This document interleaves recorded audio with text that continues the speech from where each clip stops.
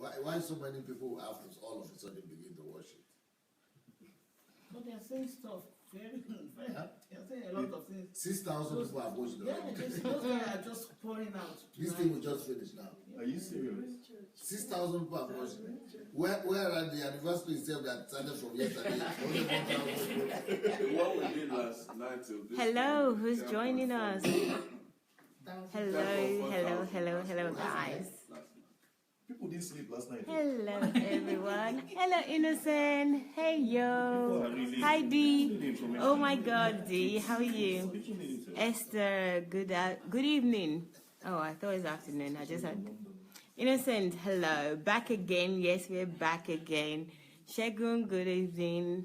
Hello, Favor. Yes, we are back again. Hello, Laddie. How are you? Good evening, everyone. Thank you for joining us again. We're back again. We are relentless today.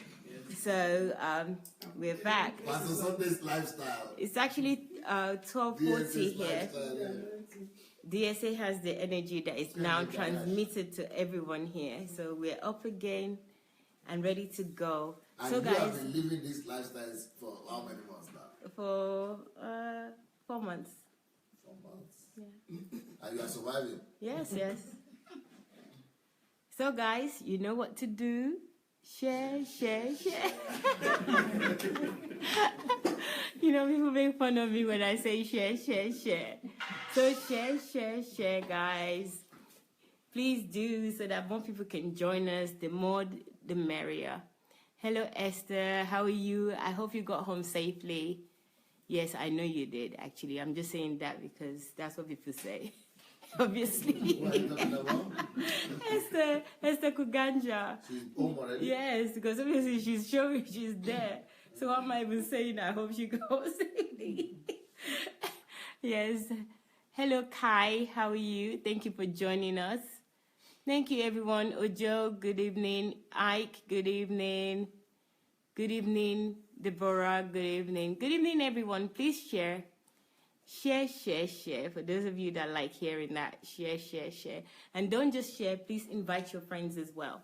So you can share, then invite your friends individually, as many as possible.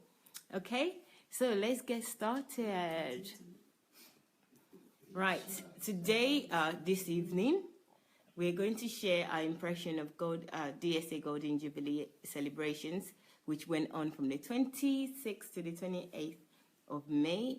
We just finished yesterday, but actually we had another mini celebration today, so which was good because it was a different dimension from the past 3 days, with young men coming to honor Dr. Sunday from the English Church, which was really interesting.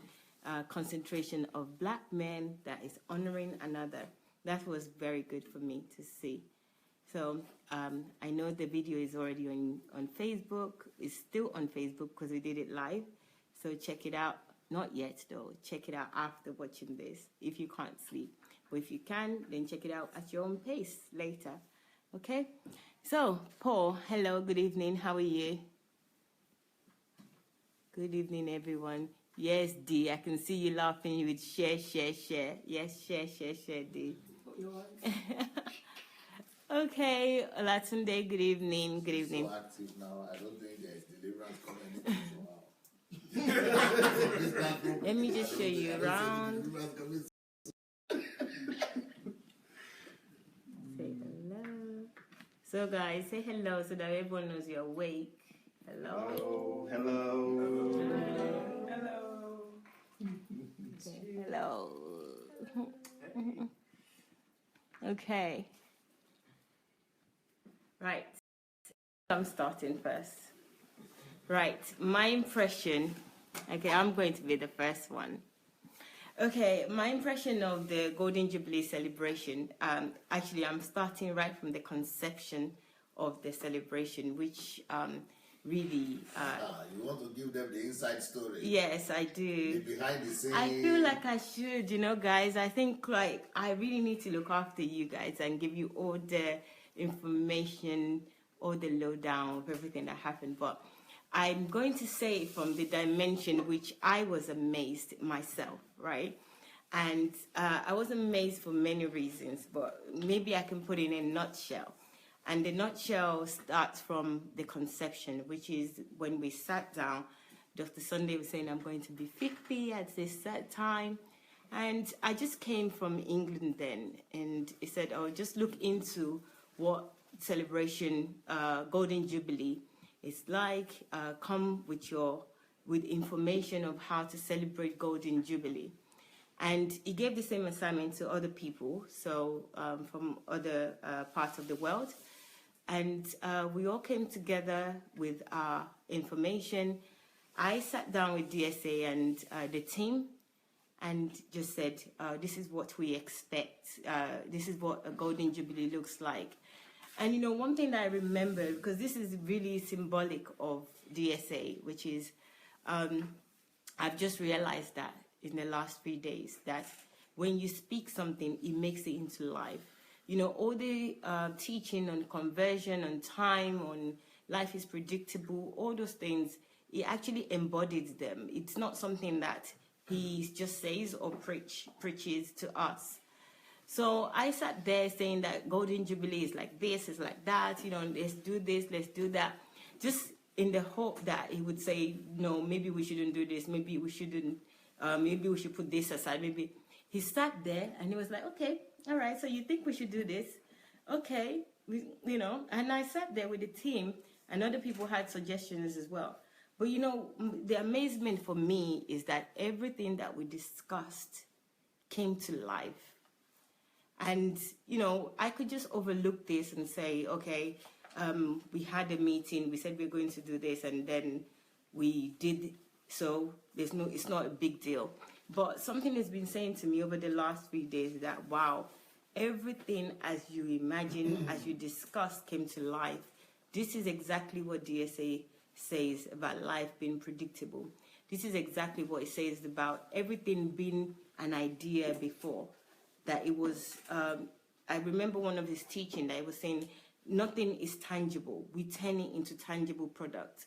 And in this celebration, he actually demonstrated that to me. Because I didn't think that, you know, everything that we'll put forward would be accepted. You know, I'm a project manager. I go with big bang. To the directors, and in the hope that they will cut, in the knowledge, not hope, but in the knowledge that they will cut some things and say, right, we're not going to do this. But everything that we discussed, in one form or the other, everything came to life. And that, for me, is exactly embodying the teachings to reality. So life is predictable. Whatever you dream or you determine, when you put it into action, it would happen. I didn't actually, you know, I remember when I was also doing the budget and I said, oh, this is the budget. Everybody fell on the floor. There's some Russians as well. Everybody was just like on the floor saying, wow, Mayowa, why? Why would you say that? You know, I put a budget that I think that's what it will cost to do the elaborate 3 days. And he said, okay, how much do you think? He said, okay. There was no objection. It was just, okay, fine. And we did everything.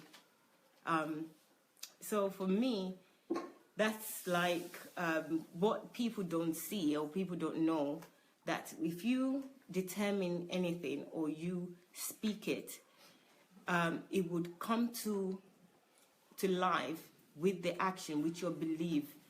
From day one, he gave me confidence. I don't know if it was his intention. He doesn't need to give me confidence, but just by, he didn't send me on a wild goose chase. That's what you know, maybe I can put that in a nutshell for others to understand. He sent us on a project that go and search. We came back. We gave him information about how Golden Jubilee is celebrated. We gave our suggestion. He agreed to everything. And it happened one way or the other. I personally, for one, understand the point you are trying to make. Okay. I'm probably coming from another world. I don't know if any other person here will understand that somebody said something and it's done. I'm saying, what is the problem? Is that not the way life is supposed to be? But that's not what I mean, that's what's supposed to be just regular life with everybody. I want to hear other people's Maybe opinions. because you are coming from the world of management, corporate world, project manager, management. Maybe I don't know what that even means. I don't even know what happens there. Maybe in that world, maybe it's not normal for people to project something and bring it apart. But I think that's the way everybody did what's supposed to be living. In conversion, is supposed to be the order of life. That's what I thought. No, sir. You think that, and I know that you live in a different world, but that you created, you live from the inside out. But this is not even something that you actually created. It was something that you sent us on an assignment to come back and give you a report. So I can understand that if you're creating it, you know what is within you. I don't understand. If I'm telling people to go and create, I send you an assignment to go and do research and come back with it. So why should I send you an assignment when I'm not planning to do it?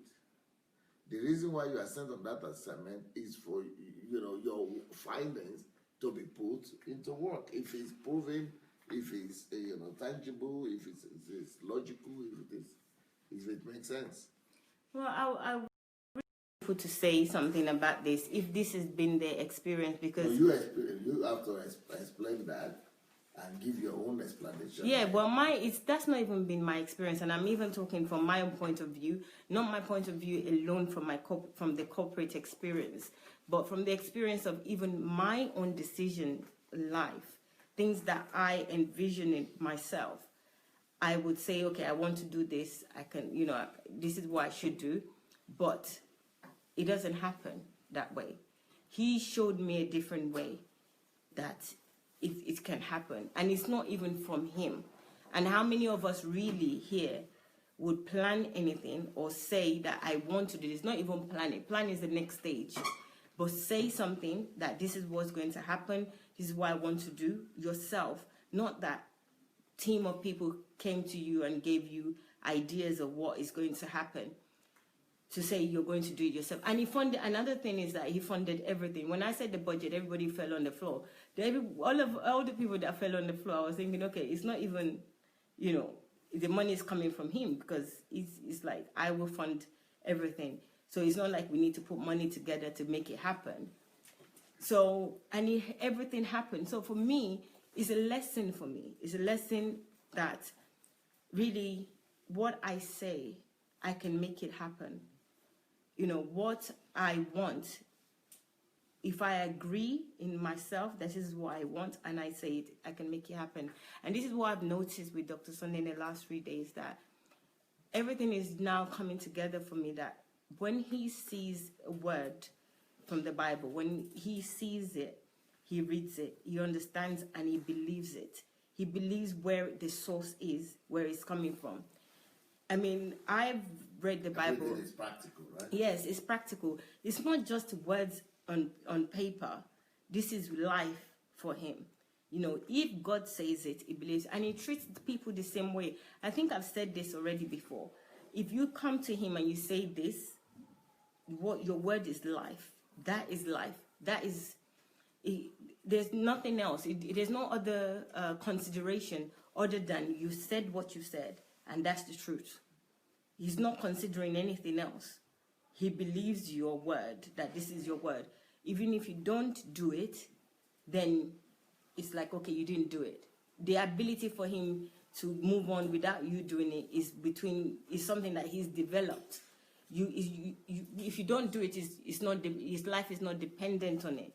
So he believes that. And I was thinking, over the last 3 days, I was thinking that, maybe that's why I'm not effective as a Christian. That's why I don't have any impact, because I don't really believe the things in the Bible. Maybe reciting, I was telling someone today that I constantly hear Christians, and I've said it myself. Well, you said it's not just about what is in the Bible, but also about what other people say.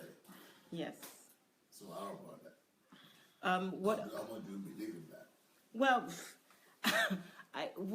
for Dr. Sunday, what other people say about you, I'm even talking about what other people say. If they come to you and they say something, you actually believe them. You take them for their words. So what about you? I don't take people for their words. Oh, you don't? No, I don't. Why not? I don't, because they've not proven themselves, and I don't care to invest so much on people that way until they. So do you think most people are living like that? Of course. They don't believe any other person easily, at first sight. Yes. So I don't even know how I'm going to say this to you, that it's like this is like, it's not just your character, it's your core. That if I don't believe the Bible, how can I even believe people? I don't believe the words, because apart from the ones that reciting that any weapon fashioned against you, even that, I say it, I don't believe it. I don't believe that sentence, because if we do believe the word as he does, we will not be in this position where we're still seeking. But I don't recite that word. You don't, and that's why I'm saying that even the one that I recite. Me quoting and reciting, I don't. No. You know what I do? I convert. And I told you already the process I do. So, for example, if they say, no weapon formed against you shall prosper, what I do is, I just go to work on my own, open that scripture, and begin to do the same thing like I told you yesterday, like love is not easily provoked. Mm-hmm. I just do the same thing for myself. No weapon formed against me shall prosper. I see it, I play it out, I inculcate it myself. I don't even need to repeat it. So I'm not reciting anything. I'm not doing all those things people do. Christians do, repeat it and confirmation or affirmation or confession. I'm not doing any confession, because I've done something better than that, which is I have converted and turned the word to flesh in me. So I just walk in it, in the faith, in the belief, automatically, without necessarily doing any gimmicks. Yeah, gymnastics. So for me, that caused me, now that experience of from conception to delivery, that caused me to believe in a different way. This is practical God, and me being God, somebody that can create. If I say something, then my expectation now is that thing must happen, because I've seen it, and if somebody else says something as well, this is what we do. Even if somebody else says something, you second guess them that they're not going to do it, or maybe they will or they won't. He is always definitive, like on all approach. Everything has to be definite. It's not maybe, maybe not. It's definite. And even if it doesn't happen, okay, it's definite. I'm going to walk away, or I'm going to just release that thing. It's not dwelling on it. It's not thinking, okay, why not? Okay, it didn't happen. Okay, fine. But it takes it literally. I haven't read the Bible for a while. Maybe because I have an electronic Bible. I'm thinking maybe I'll have a different relationship with Bible by reading the words, and maybe I would understand it the way that he does, where he takes it literally. Like, if this word is this. And he's done that since he was 17. Since his sister showed him the scripture, 19. Is it 17 or 19? Exactly. Yeah, but I didn't do that since that time. I did it the first time that time. Mm-hmm.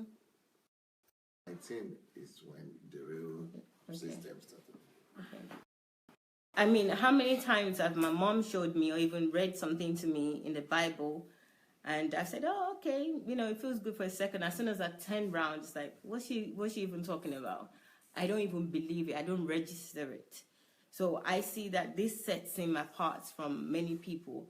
So Friday for me was the first day where Friday evening, following the prayer session, was the first time I thought, okay, when you reaffirm your covenant with God, when you spoke about your covenant with God, the first one that you had, and the one that you're having today. That was Thursday.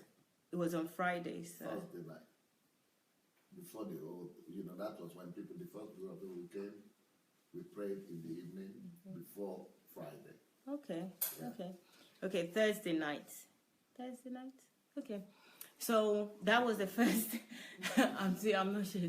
So that was the first one where I thought, okay, now I'm getting something. I'm understanding something. And then on Friday during the celebration where people are coming, different people giving you gifts. Then when the guy gave you the loaf of bread, 5 loaves of bread and the fish, I was thinking, and prior to that, on the Thursday, we'd spoken about... Why me? You are talking as if you are talking to me, but you are talking to... Yes, everybody. okay. So prior to that, on Thursday, we did the question time. You already had a loaf of bread, right? Yes, loaf of bread. So the loaf of bread, again, he remembered the conversation. Dr. Sunday remembered the conversation we had during the question time about Nigerian Transformation Project and the financial needs and how he's going to meet those needs. The person that was asking the question was saying that a lot of people or a lot of disappointments has happened in the past, and how can he guarantee or show the funds for the project? And he gave a very good explanation, which is not to worry about the funding, but even if he did tell us what is how is that going to make a difference. But he gave a really good account. I think you should watch that as well. That is not on YouTube yet, but it would be this week.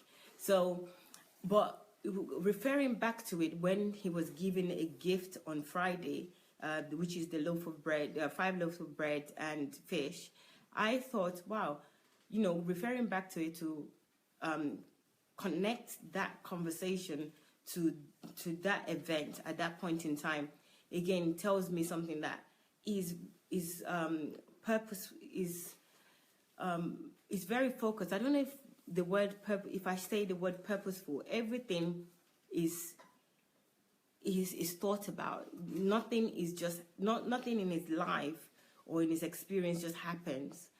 It doesn't just happen. It's something that it came from the inside, something that he's ready for. He's ready for all eventualities, not somebody that is waiting for something to happen and think, okay, let me go back and think about it and then come back. No, because he's actually developed himself to the point where nothing really comes as a shock, and when things come, he knows the reasons why it's in his hand, and he can refer to it and speak to it immediately, speak about it immediately. So that was significant for me. And also just seeing the Russians and different people, Ukrainians, they don't like to be called Russians, Okay, I said that before, but Ukrainians/Russians coming and giving gifts and, appreciating him and saying thank you and just loving on him, that was important for me to see. And I think, who's saying, innocent, Lord, Maya Walaya, you're not alone. I'm a hermetic skeptic. Oh, Innocent is saying he's a skeptic as well. I don't believe people will take their words seriously. I just want to see what the action is and kind of results they can produce. I don't even believe in the Bible. I only apply some of the good social ethics I find inspiring and applicable. Yeah, but if you are going to be listening to the comments, Sorry. You are going to be distracted. Yeah, okay. Let me go back. Innocent, you don't distract me, because that was funny when you said Maya or liar. So, anyway, so just that, where is it? Now I'm distracted. So just that, seeing the events and how the Russian Ukrainians were appreciating Dr. Sunday, that to me says a lot. Young, old, men, women, and they were really excited. They were joining in. There was no separation between us, even as different colors, black and white. There was no separation. We were all together, joined together because of him. And that, for me, was really important. The whole thing was important. Even the food that we ate. I understand that a Russian cooked a goosey stew that Russian cooked Nigerian food and brought it over. And, I tried the food. It was nice. And, I felt like just making that effort to just engage and be part of Dr. Sunday, knowing that he's African and somebody went out of their way, a Russian, Ukrainian cooked that food. Again, that's significant to me. I know it's just food, but that is really significant. And then a lot happened on Friday. Friday really is key to all this, because Friday was in the house and people were coming in and out. And then there was a soldier who gave a gift from all the soldiers in war currently. You know, there's war in one part of Ukraine, I think is the northern part. And eastern part of Ukraine. And he said the soldiers what's his words? His words were risk their lives to sign the flag of Ukraine, to hand it over.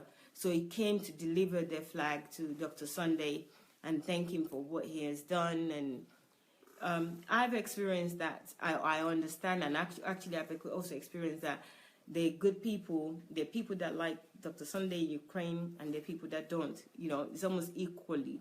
So you never know which bag you're going to pick with experience. But the good overrides the bad. And, you know, just hearing, that was very touching, that the soldier came in his soldier uniform to deliver that and thank him and appreciate him. That was really touching just to watch that. So, and the video, we watched the video of message from Pastor Bosse and the children, and the message that they recorded, even though they were here, but it was nice to see that it was a recorded message where we sat down to listen. And what Pastor Bosse was saying about Dr. Sunday, wow, it was just, she remembered when they first met, when she met him, and all the things that she said. It was just like, for her, the way she was talking, it was just like it was yesterday. She, her account and how she referenced Dr. Sunday, you can see that, you know, this is like genuine. It's not even genuine. It's not about love. It was just genuine respect for a husband, for the person that he is, for how he's evolved over time.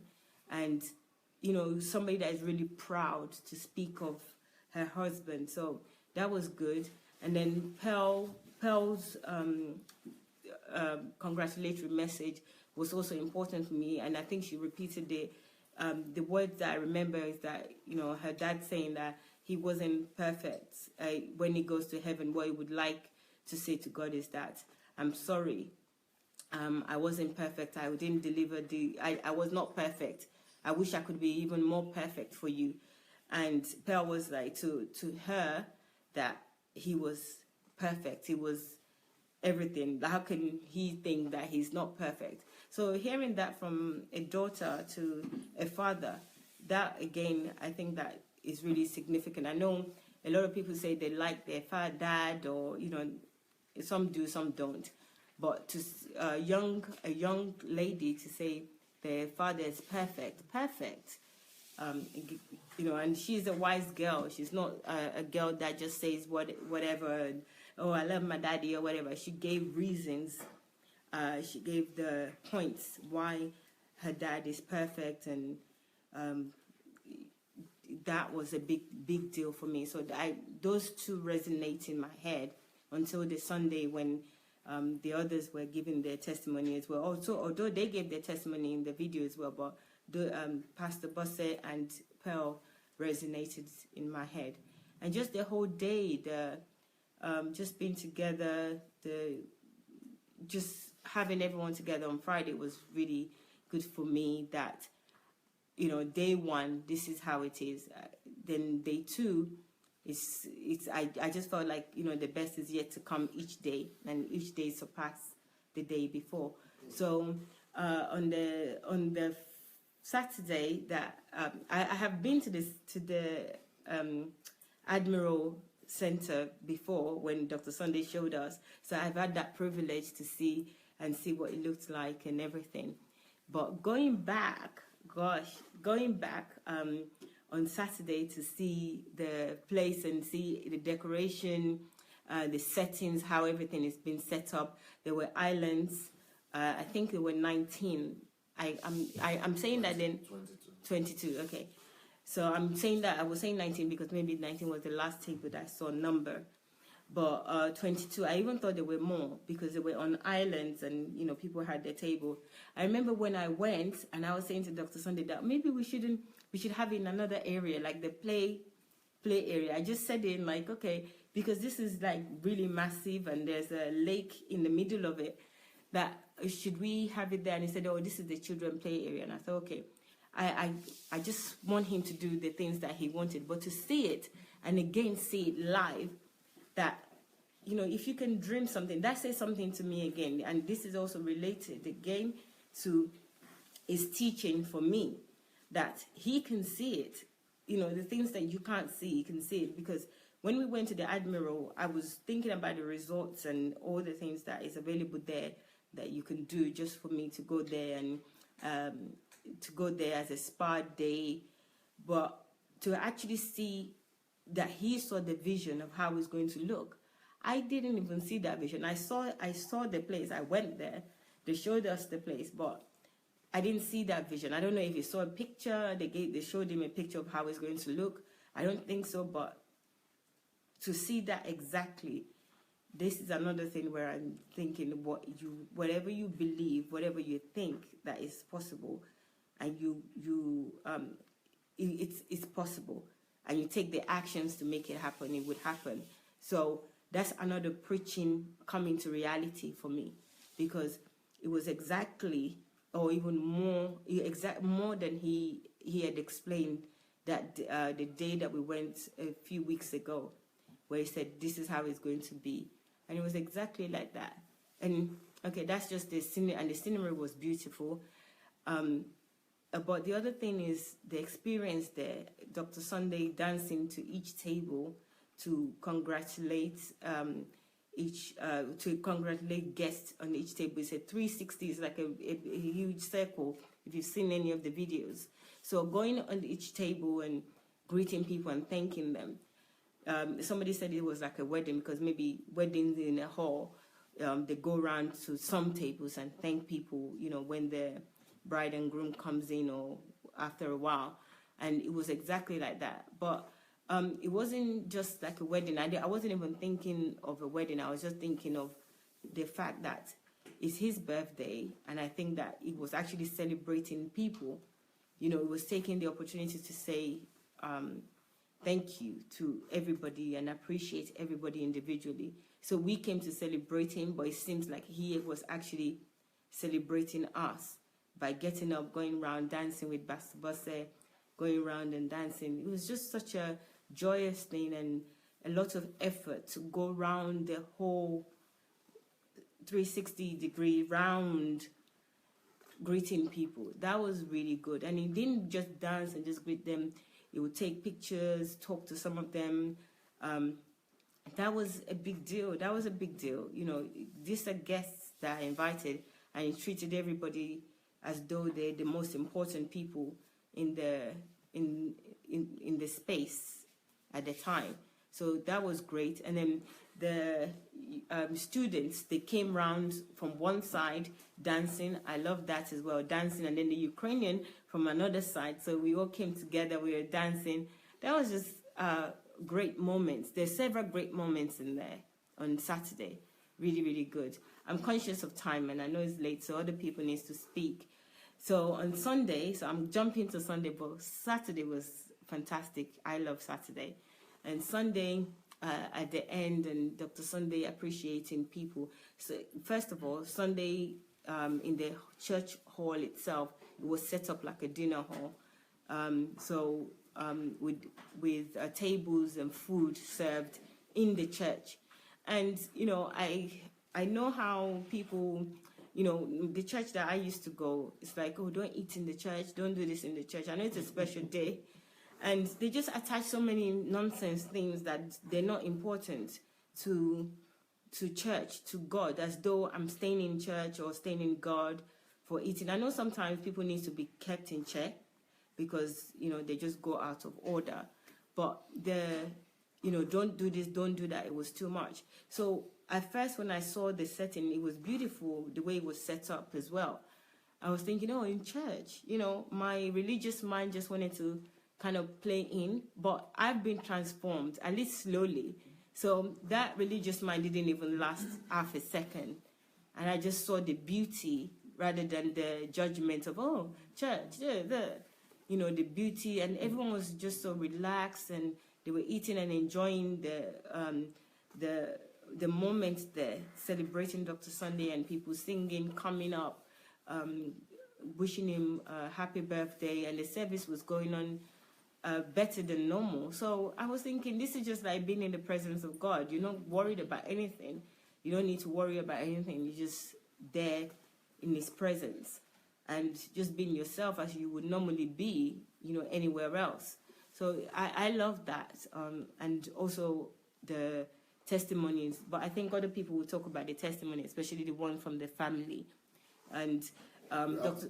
What touched you? Okay, the one that touched. Okay, I'll tell you what touched me was Dr. Sunday talking about his brother Kenny, and this brother came up and Kenny. Is it Kenny? Uncle Kenny? Taye, they're twins. Kenny is the second one. So, but Kenny wasn't around, so it's Taye. So, talking about him, he was there. And Dr. Sunday, in his usual style, he doesn't really hide anything. He's very transparent.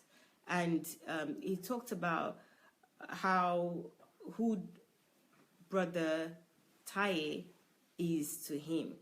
And that Brother Taye was the one, and he's told us this story, a similar story before, was the one that told Sister Lide that Sister Lide must make sure that he does the exam and pass, so that he can get out of the village before Sister Lide. He prompted Sister Lide, basically. And he didn't just say the good things about what happened with Brother Taye. He also pointed out something that, even though at the time it might seem bad, but it was really significant for me that Dr. Sunday said it, which was Brother Taye was the one that beat the hell out of him when he was young, because he was stubborn, and apart from him being stubborn, he just beat him out of his frustration. This is just human for me to see this, because in celebration, in parties, you want to talk good about everything, and everyone is just so false, so fake, so plastic. There was nothing that is real. Plastic. Nothing is real. It's just like, this person is great. This person did this. And that was important for me to grow as a person, to understand that even in my wrong, when I do wrong, I can forgive. Even when other people do wrong by me, I can forgive and love. For me, that is demonstration of love. And even in the jest that Brother Taye took it, Brother Taye probably has his regret in it, but he was there loving, they were loving each other, being gracious towards each other. He said what he wanted to say, that, this is what happened. And Dr. Sunday said that this was also in his frustration, because the family were going through a lot of challenges during that time. And Brother Taye was frustrated. And this is one thing that we all don't take into account. We just take into account the bad or the negative things that somebody did to us. We don't take into account where they're coming from. And I think Dr. Sunday has spoken about that as well before, that good and bad works will all work in the, it's all good. They all have their uses. And just to, in a few minutes, this is not a long testimony, it's not a long, but in a few minutes, I feel like it's changed many people's lives. Anybody that can think in that moment would be able to forgive. Anybody that can think would understand that people do things out of their frustration, out of their experience, out of their point of view. So these are all the things that it teaches us, that, point of view, inferences, is example from his life as well. And on that joyous occasion, which is his birthday, to give that in the presence of that person that it happened with, and there was no awkward moment, even in saying that. It wasn't awkward. It was just out of love and out of, this guy did this. It was also good in this way. He did this, but this is my brother. This is the oldest of the Adelaja family. This, just saying all those things, it's just so human. I know we all come from family and we think our family is bad. Somebody is bad in our family. We hate them. We don't talk to them. We're not friends with them. Again, that another way of demonstrating Jesus to me. That, yes, this is the eldest in my family. Very, very good. So you mean there are feuds in the family because of what has happened? Yes. Okay. And that I was now narrating a situation that could have caused a feud in the family, but here we are using it for good. Yes. Oh, beautiful. Yeah. So there are families, most likely, who have not actually been able to overcome that. Yes. And not talking about it. That's a good point. Not talking about it in open as well. They talk about it in a secret place. And I think even Brother Tai can forgive himself, even if he felt like he has done something wrong in the past. And, it's important when somebody forgive themselves, the person that they did wrong gave you the authority to also forgive yourself and forgive you, in an open place that, you didn't have to say, I love him. But in your words, in Dr. Sunday's words, he's saying that I love him. He's my brother. He gave me this. He gave my sister this information that helped me. And even though he beat the hell out of me, I still love him. He was from his frustration. I understand. And he's still my blood. It's the best thing. You didn't say it's the best thing. It's just one of the best things that has happened to me. You didn't have to use those words, but you communicated to me those words.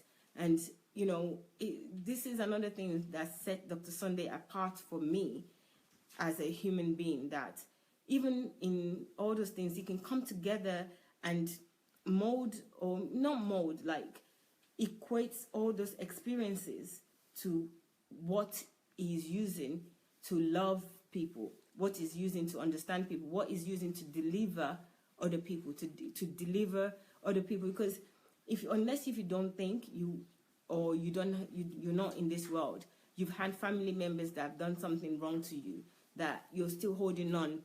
I've known of generation that tiny things they're holding on and they're not talking to each other again up to now. I know of family members saying, somebody did this to my great grandmother from this town, and all those people that did those things, they're dead like maybe 30 years ago, and their family members are still carrying those grudges. And here we are explaining one side of one person and another side of the same person, and just saying that it is all love. It is just experience. It is out of frustration. It is out of this. It is out almost giving. It's not excuses. You're not giving. He wasn't giving excuses. It was just giving understanding, giving knowledge, giving wisdom, giving impartation. So whoever that is experiencing that, or has experienced that with their brothers or their sister or their mothers or anybody, if you can't really truly forgive and understand, then, and you're there on Sunday, then I don't know. I'm not your judge. But again, that was another healing moment for me. I'm used to he's a loving father, he's a loving husband, he's a loving that, they say, even though that was said in a different way, but I have never experienced that particular scenario, that particular moment during a birthday, the celebrant coming out and saying this, and not in a grudgy way that, oh, look at me now, I'm just, I'm great now you're celebrating me. It wasn't like that. It was just out of love. So I really appreciated that moment, that I was there. And that moment will probably resonate for the rest of my life in me. And, even if somebody have done something to me, I didn't, in my family or even friends, that moment was a moment for me to just bury everything, put everything, not bury it, understand it and understand their frustration and understand with the love of God that everything is all good. Everything works together for good, and be grateful and even appreciate that person. He appreciated him. We all clap for Brother Tai, and I think even when Brother Tai, from that moment on, I begin to actually love that Brother Tai more and respect him more, and just look at him in a different way, just because that information came out in the open. I've heard that information before on live broadcast, but not in that same way. It was like my brother this, and he didn't really say who the brother is, but saying it, repeating it again and saying the brother was just perfect way of healing me of any pain or any misunderstanding or anything that I felt like anyone has ever done to me in their family or friends, to live without any pain or regrets or sorrow about anything that anyone had done. So I love that time. And then in the evening when he had the presentation with the Russian, where he was giving them gifts, I understand, I not even understand, I have seen Dr. Sunday and the way he treats people and the way he loves people and the way he respects people and humbles himself. I don't really like to use the word humble because humble is used in a really wrong context a lot. So I'll just use the word love, respect, showed that they're very important. Each person is important. That wasn't the only thing that I saw. For me, what I also saw there was that Dr. Sunday separates people, hold on to people's good deed rather than anything negative that anybody could do. Because I personally don't believe that all of those people have done just good to him. I believe that they would have done good and they would have done some bad as well. But he chose to remember them and appreciate them for good.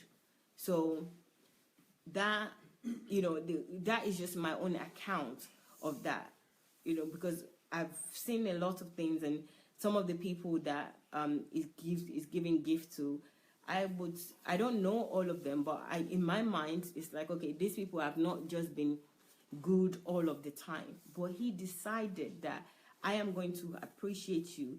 I am going to remember you for your good, for the things that you have done. So a lot of people were crying. They were really sobbing because I was filming with my phone, and I could see they were just sobbing and sobbing. I think people were sobbing because they know that they don't deserve. Some of them don't deserve it, or maybe how could he do this for How can he give me this? There was a lot of. Did you have live broadcast of that? Yes, we did. And it's not on YouTube yet, right? It's not on YouTube, but it's on Facebook. Well, you're working on all those things. Yes.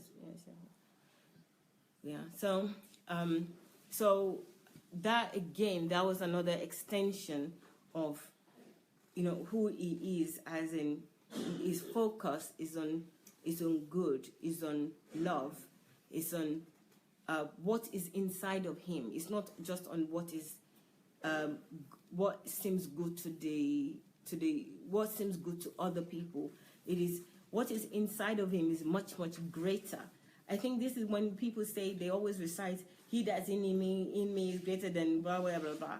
It's like, it doesn't mean anything. This means something, because what is in him, that is love, is caring, is affection to show to those people, came out. That is the greatness, because he demonstrated that greatness even in people that probably, maybe in my own eyes, is for his own eyes because he's the one giving the gift, but maybe they don't really 100%, because they were sobbing. I feel like this sobbing is not just like, you're sobbing like, wow, I don't really deserve this. I haven't been 100%. Are you traveling tomorrow? I haven't been 100%. So I could just see another way of loving people and not judging people from the one bad thing that they did, but choosing to love people for the one good thing, even if they did 100 different things and only one of those things is good, that I should still love and appreciate them for the good things and not even pay any mind to any negative things that people do, but just on the good things. And a lot of them give their own testimonies, how Dr. Sunday met them and how they are now. Dr. Sunday also talked about past events where previous birthdays and what happened and what people have said, but that didn't stop him from doing what he wanted to do. And honestly, I just felt that the whole thing was just like his teachings coming to life. So his teachings for me over the last year, they were just coming to life. They were not just words that he was saying. It was now the life of it, the action, the reality, of all his teachings in 3 days. And I was saying in jest, which I think we should now, that we shouldn't just stop this celebration. And it's not just about partying. Partying is not what I'm looking for. It's just to continue to share his teachings and to continue to share our congratulatory messages. And just, I said for the rest of this month, but this month ends, and I then said, for the rest of the year. I think it's really worthy, it's worth sharing for the rest of the year. Not just because we want to show Dr. Sunday to the world, but to just show that this is how, to show the Jesus in the Bible. Because if there's still something in your heart and there's still something that you want to say to him, and you're just finding the courage and the time to do it, just keep on doing it for the rest of the year. Who says the Golden Jubilee have to end after the last day? Yeah. So I just think that we could just keep doing this for the whole year. Somebody would be blessed. Somebody will be inspired. Dr. Sunday really he himself doesn't really need all this, because clearly the last 3 days was loving on people. It wasn't even about him at the end of the day. This birthday wasn't really about him, because it was more about other people and loving people. And, he paid his money for people to go and enjoy, have a good time. When he could have kept that money, he could have done a lot of things with that money, but it was just, he just wanted to show appreciation, show people love, show, it's not really, I can't even remember if he ate in any of those celebrations, but there was enough food for everybody. We were eating, drinking. So I just feel like we should continue so that somebody will be inspired, so that somebody's life will change for the better, so that somebody would come across his teaching and say, okay, who's this person that you keep going on about the Golden Jubilee? And then from going onto his page, find out about his YouTube, go onto his YouTube and find his teachings. So just keep connecting him, and to connect other people, to just keep talking about, putting something out, your congratulatory messages, your posters, so that somebody else will say that I've never heard of Dr. Sunday, because we talked about people that are saying that they've never heard or they don't have the courage. Maybe one way or the other they will get the courage throughout this year. If we can just do this for 2017 and just keep on sending out messages and just posting in and putting it forward, at whenever you feel like it. This is not a command, it's just a suggestion. So it would be great, because I see him as a different person now. From the last 3 days, I have a better understanding of who he is, how he's become who he is, how he's developed himself, where he came from. And then the other, he spoke, and I forgot to tell you, on Sunday, he spoke about another set of family member from a more well-to-do side, and how that was, what he saw first, saw us in a telephone in their house for the first time, several things that he mentioned that he saw in their house for the first time, and the son of the family was there with his wife and child. So they said something as well, and they were happy to rejoice with him. So that was also significant for me, because, it was talking about how one side were very, very poor, and this side they were rich, and this side there was tragedy happened in the family as well, where the father died, and, but it was just being real, showing us life. This is life, like this good, bad, and this can happen, and, and they all testify. Using everything now for his own glory. Yes. And even the rich Mr. Banjoko, his testimony, or what his words were, I know it resonated with me because we're saying that don't overlook anybody.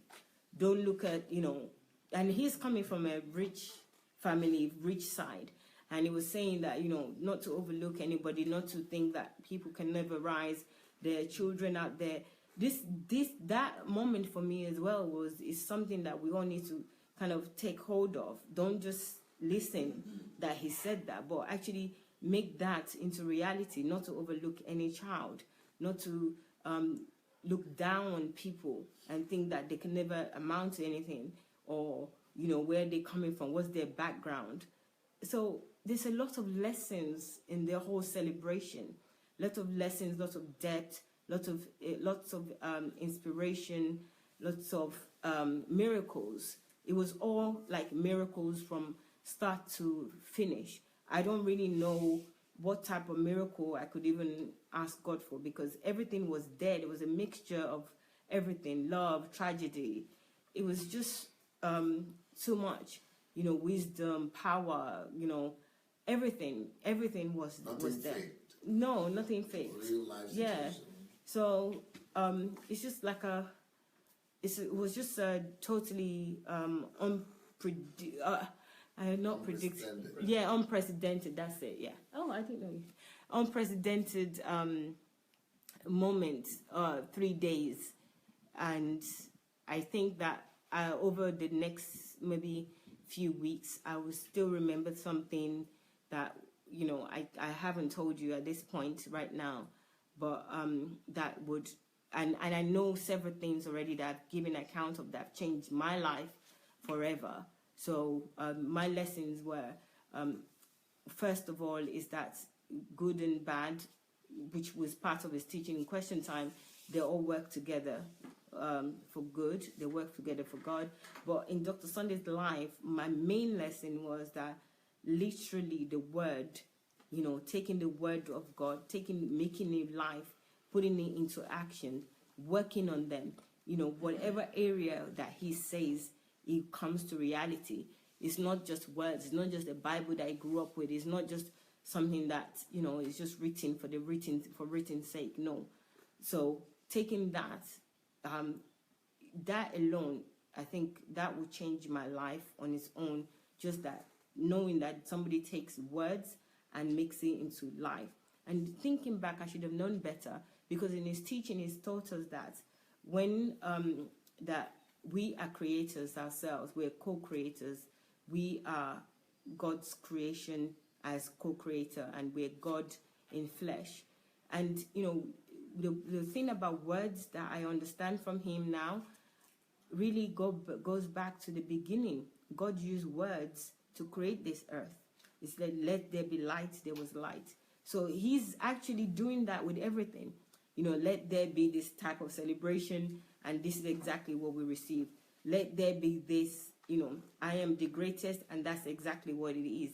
I am going to be the best in this, that's exactly what it is. So those words are life itself. So it's like when you speak it, it's life. Everything is life. And I now believe that when I speak something, it has to be life. It's not even just, anything. So I really feel privileged to be part of this celebration and just being alive in this moment, this time. I really feel like this is like history that we're making here now. That Dr. Sunday talked about the greats that made that influenced him, or that he studies. And I feel like this time I'm sitting with greats. And hopefully, if I develop myself as well, I will be a great in the future, and I would be a blessing to my generation, which is something that I don't even care for my generation to care to be a blessing to them before. But now I know the difference. I'm like the case of getting insurance to protect your children when you're dead. It's like, I don't even care. Everybody look after themselves. That was my thinking before, but. My thinking now is just totally different.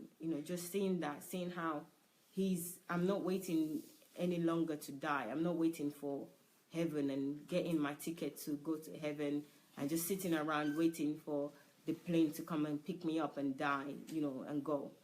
I'm no longer doing that anymore. And that this last 3 days is just something that inspired me. The last few months have been inspiring me, but the last 3 days have really opened my eyes even further. It's not about party. It's not really about, just the party that you see outside. It's significant. It's purposeful. It's about inspiration. It's about love.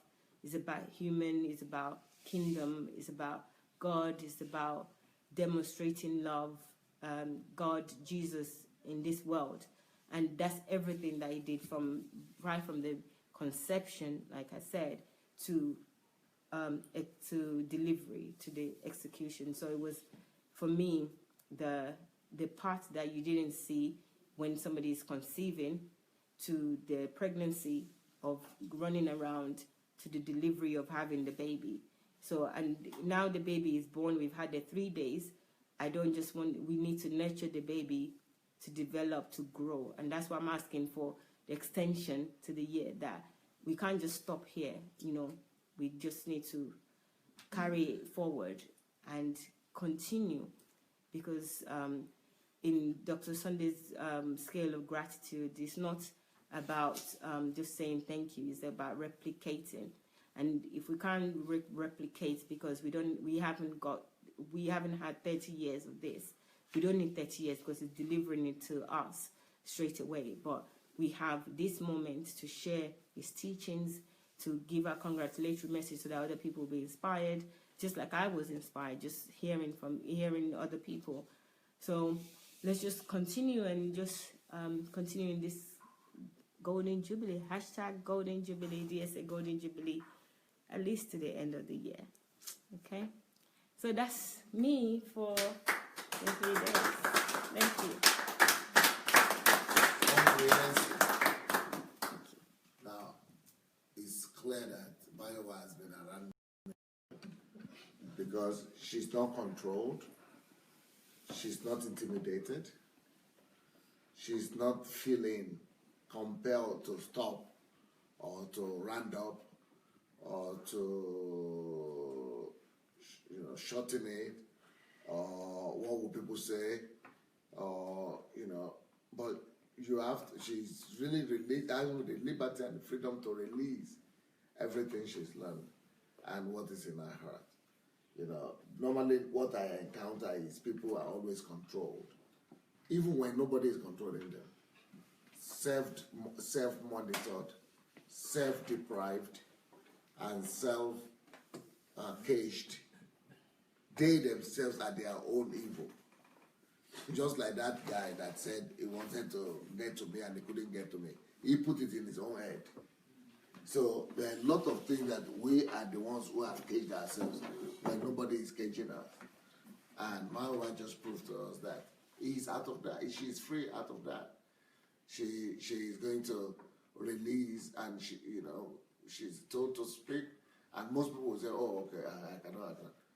And then sometimes it might even be worth it for just one person to speak, for us to be able to get at least the full detail of, the whole picture from one person. Well, I don't think it will make any sense for anybody to add anything now, because we've had a great run with that illustration. I think it's pretty comprehensive. Actually, it's more comprehensive than every other one we've listened to or put together. So unless anybody really feels like saying something, yes, please, go ahead.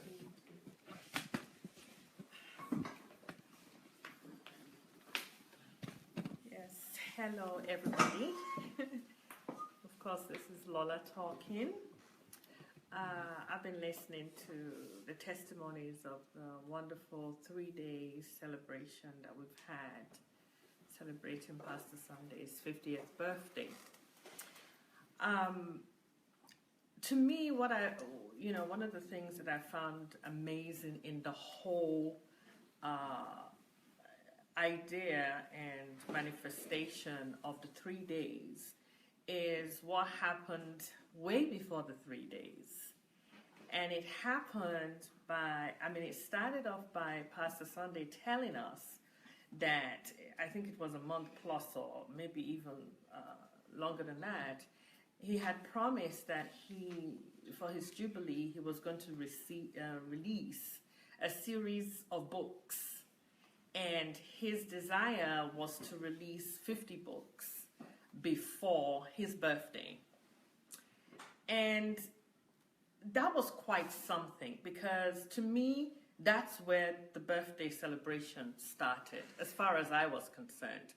And to me, that's where the giving of gifts started for me as I look at the whole picture. Because he had decided that how could he make this Golden Jubilee so significant to us? Again, he's not thinking about himself.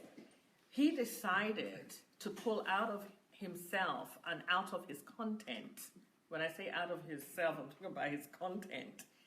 And put them in books, put them in manifestations whereby we would be holding what God has invested in him.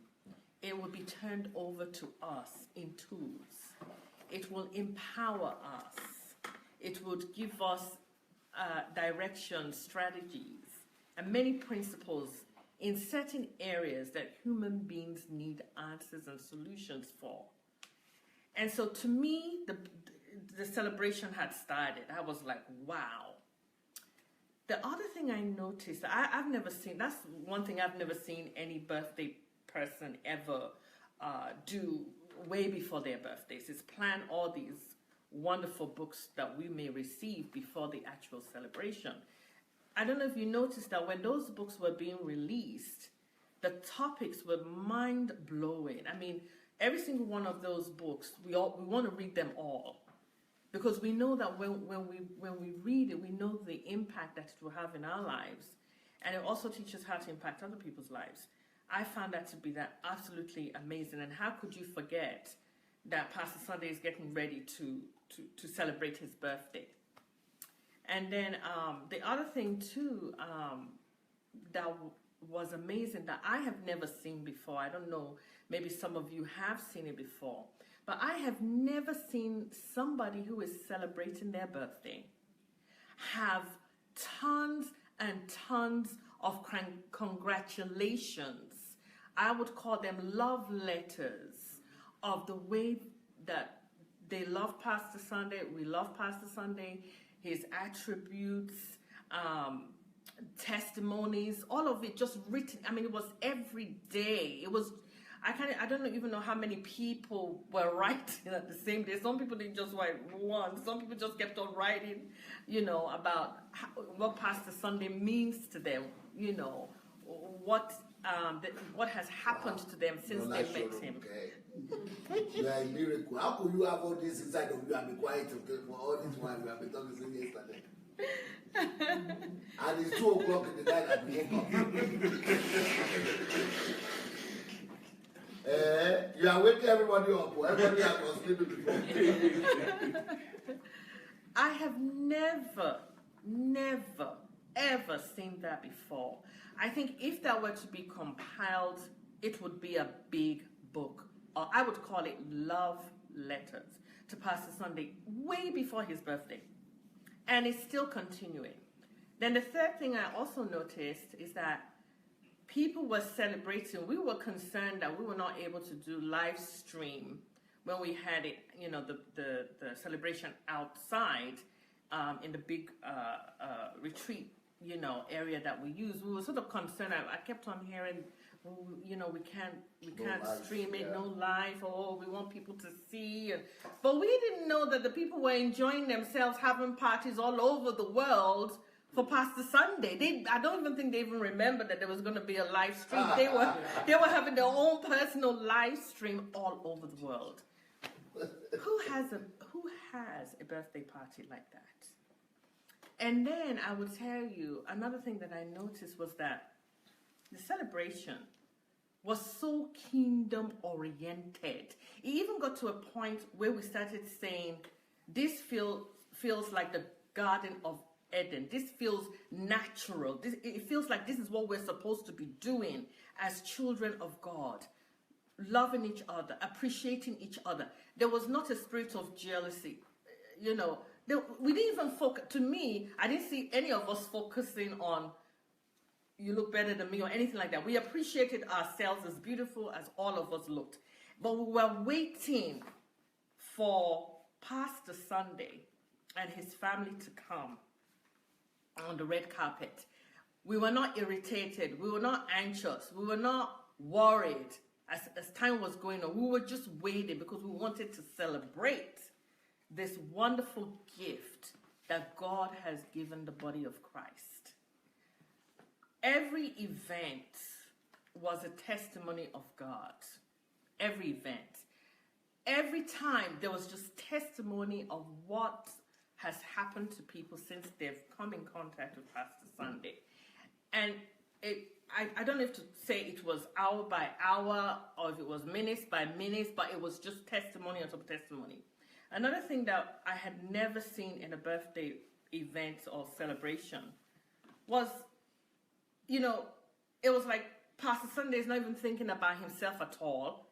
He's just waiting for the opportunities, looking for that space where, how can I talk to, you know, how can I talk to my people? How can I encourage them? How can I build them? How can I make them see at this time that this is your birthday and the celebration is an opportunity for you to share kingdom knowledge, kingdom principles. From the beginning of this whole process of the birthday celebration, from the time he made the decision that he was going to release these books, what Pastor Sunday was doing to us was that he was trying to let us see that this is the kingdom way to celebrate one's life by not just your own life, but other people's life. There's no way Pastor Sunday can do his birthday without involving all of our life's testimonies. He wasn't doing a birthday by himself. He wasn't doing a birthday by his own personal testimony. He was doing a birthday party with all of us testifying. People were testifying in writing. They were testifying in being present at the celebrations.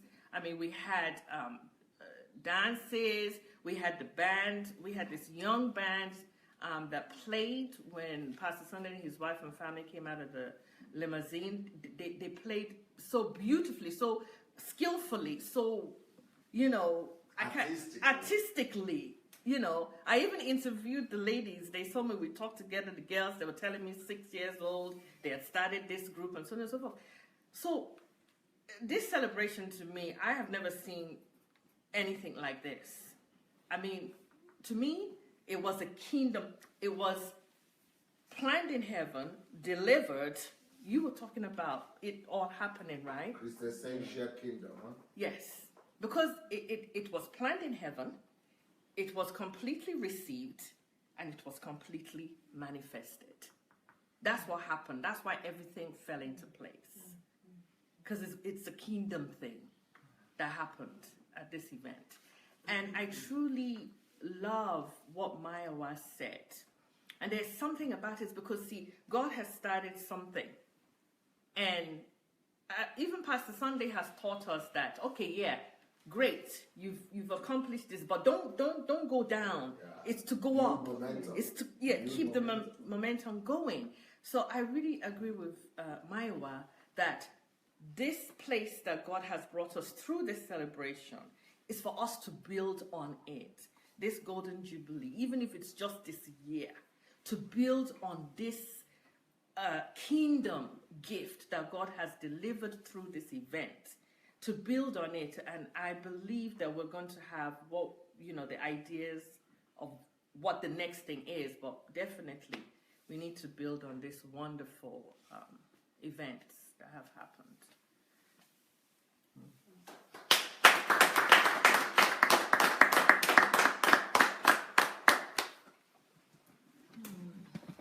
So you didn't go day by day? You know why? Because people went day by day. And, I mean, I wanted exhaustion, for people to be exhausted of what to say, to really just don't even have any more, because everybody said everything, right?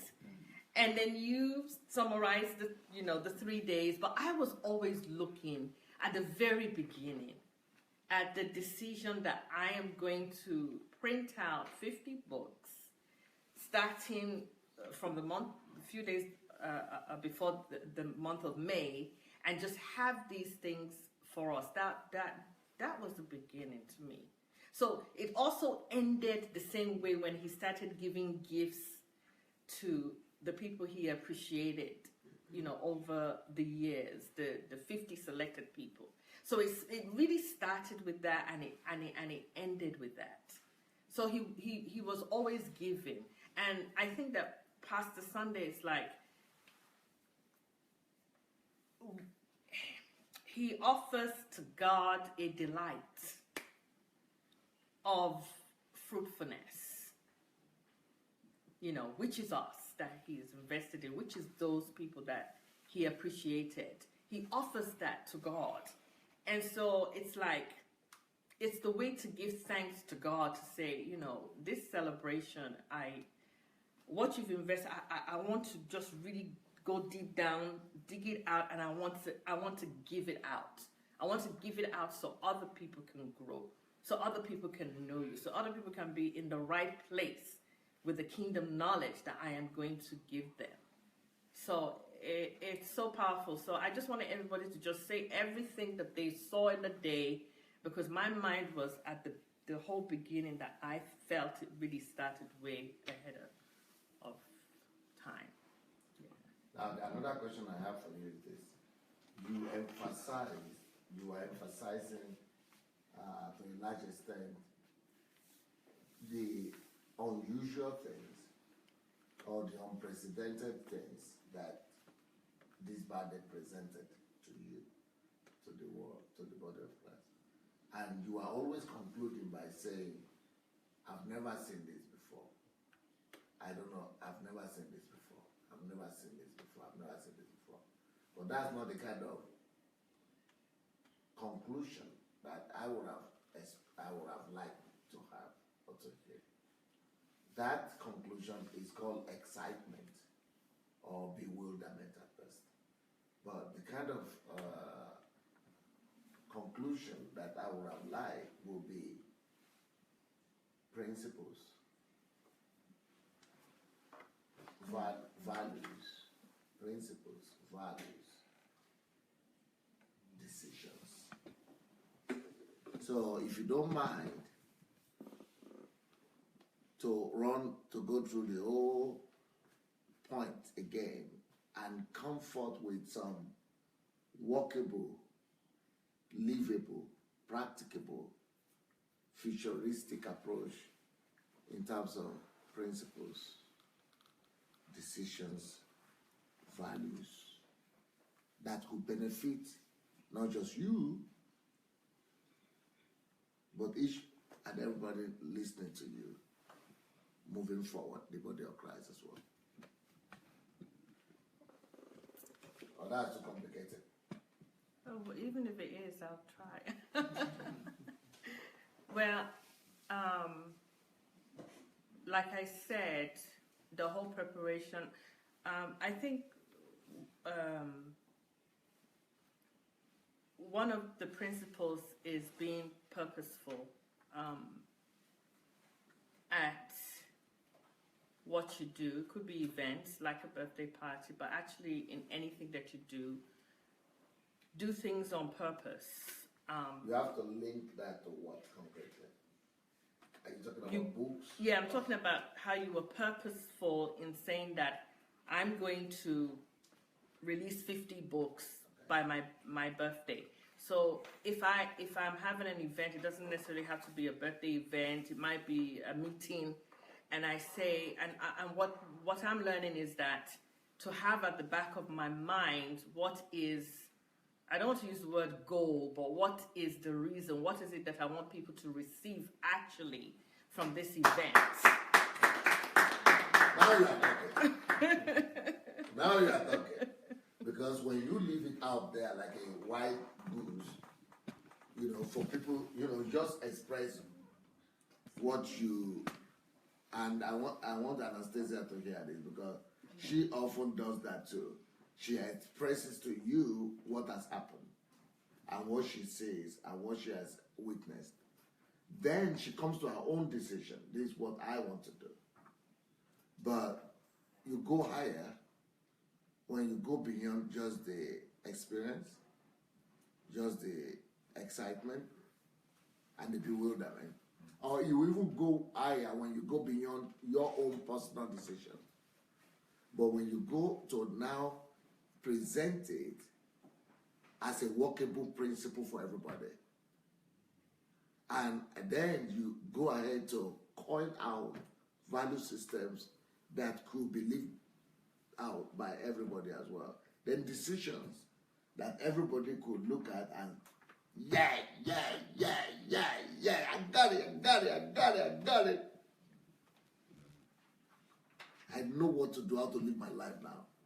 Not just birthday parties, everything, just like you said. Beautiful. So you go through, you do a run down. So I'm going to write a book. That is what? That is a decision. That is what? That's purposefulness. That is what? That is adding value to the world. That is what? That is kingdom. That is what? That is blessing others. That is what? That is people focus. That is what? That is so much. But people don't even see that much. They only hear what I said. I'm going to write 50 books. Wow, that's good. 50 books, yeah. Oh, 50 books. Oh, 50 books. Ooh, wow. Ooh. But all those principles that I just narrated, all those value systems that I just put down 6 right now. Just in a matter of a minute. So also with every one of those events that you had mentioned over the celebration, season.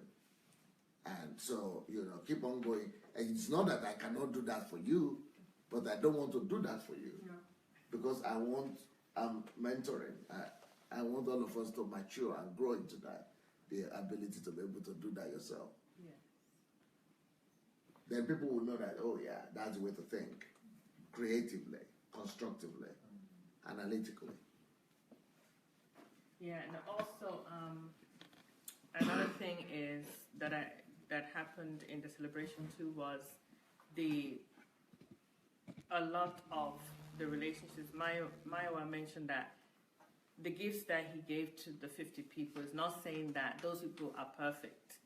Maybe, imperfect here, there, some incidents here, there, whatever.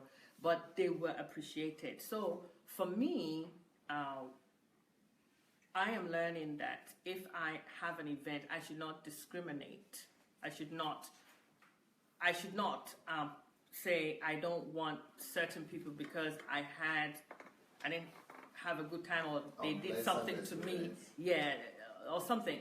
But I should be able to include everyone and take them from them being part of your event.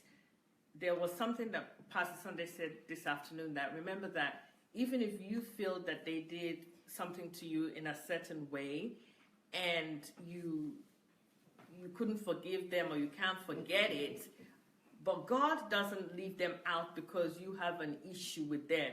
God doesn't say, I'm not going to hear their prayer, I'm not going to lead them, I'm not going to show them the light. So what happens at the end of the day is that if that person now becomes, receives the light, knows the way that they are to go, you are still sitting in misery and anger and not receiving what you need to receive from the Lord. There is no need to have that kind of behavior. That it's the good that you see in the person, and the rest you leave the person with the Lord. So I am looking at it that there is no reason to.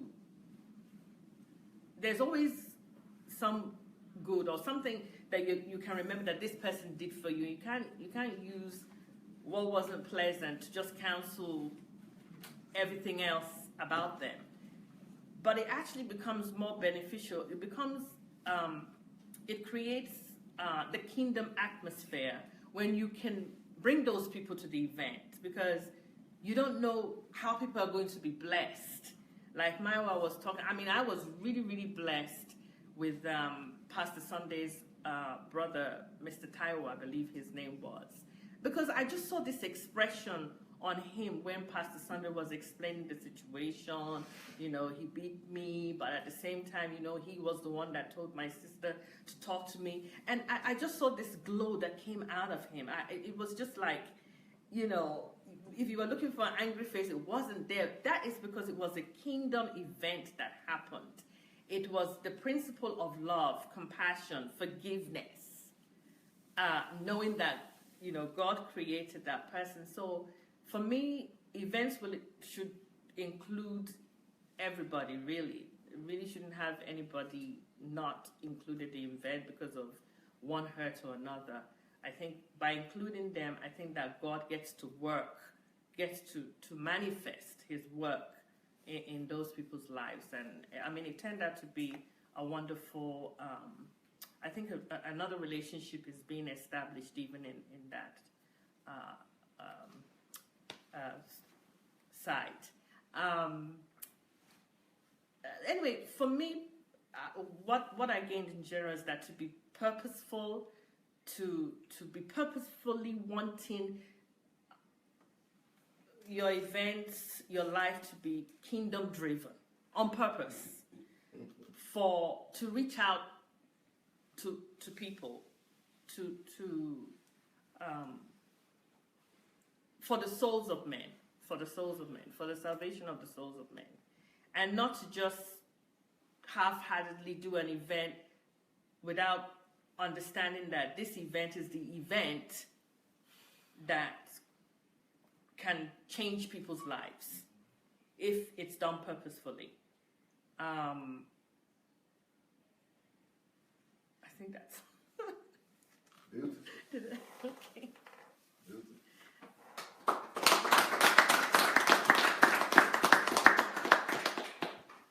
Now we see who Caroline took after.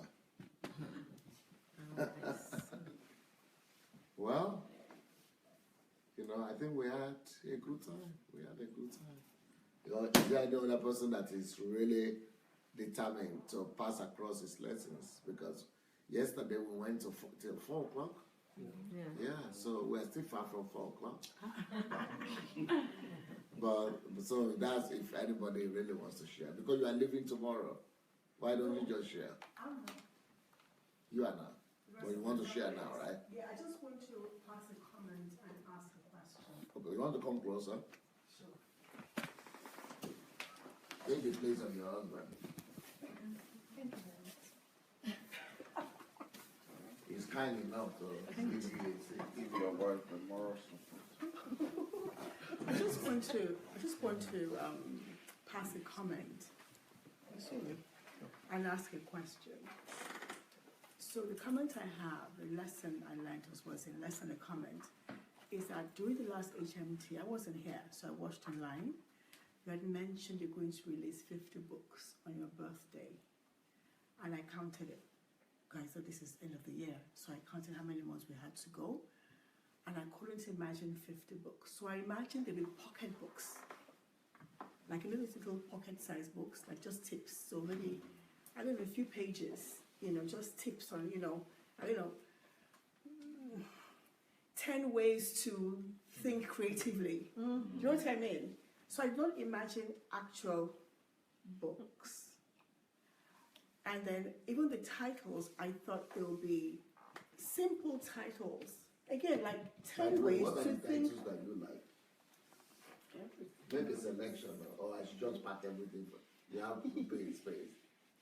I think basically, I think the current books would be a good starting point. Okay. Do you know when you leave in the morning? I think we'll probably leave here around 7 o'clock in the morning. No, we have to do it now. Get me somebody to, or get me all the copy of the book. No, not the Euro copy. So I was imagining first pocket-sized books, because I thought we have like how many months to go? 5 months, thereabouts. I'm going to print 50 books, you know. And I thought very simple titles. I couldn't imagine the thought process even to make one book, I mean, they thought to create a title for a book. So I was imagining very nice, pretty, of course colorful, because you're always colorful, simple mini books. 10 ways to think, 10 ways to stop wasting time. I don't know, things like that, just simple things, you know, just like, but nice, like fun, like giveaway things, you know. When I saw the volume of each book, I actually had to flip through a little bit. I thought, okay, maybe it's big writing, like automatically. I thought it can't be. Very loaded. I just thought, how do you do it? So first, that's my first comment on, my goodness, I was expecting that.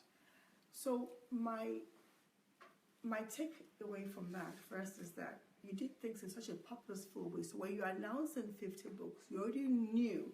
You probably already had it going already. You knew what you were doing. So it wasn't just a matter of some kind of, you know, quick, fun idea. Oh, I'm going to just do this. You already had a systematic thing you are working on. So you were talking with purpose to say, I will release 50 books. It wasn't like a myth or an idea. You already had a plan for it. And more than likely had the titles ready to go. So my question for you is, when did you start thinking of releasing 50 books by May? 50 books is a lot of books, and each one is this thick, literally. So when did you start thinking of releasing those books by May? Okay.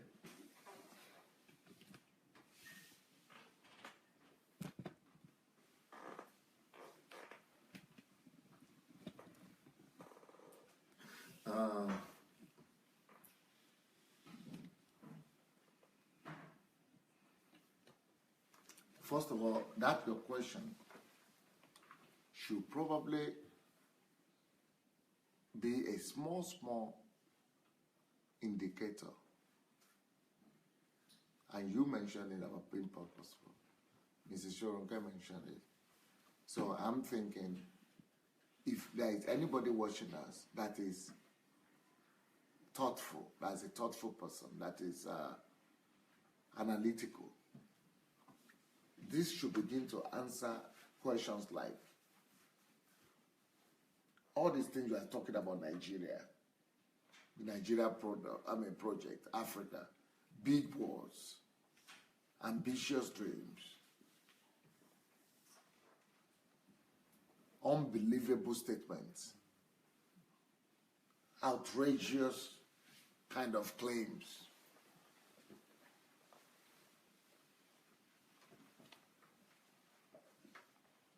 But, you know, anything that is built is always built out of a prototype or maquette or modules.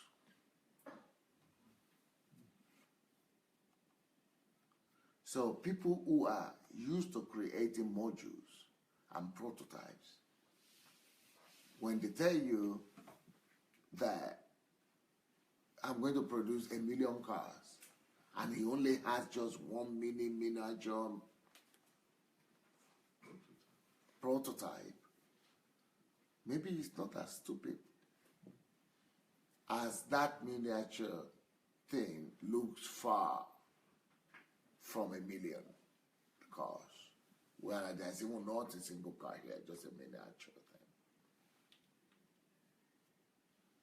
thing. A miniature doesn't come close to 1 million in any sense. It's not even one. But conventional wisdom tells us also that if you are a prototype creator, you can go to sleep. Because when you have that prototype, even if it's going to take you the next 10 years to build the process, the machinery, the conveyor, when you have the prototype,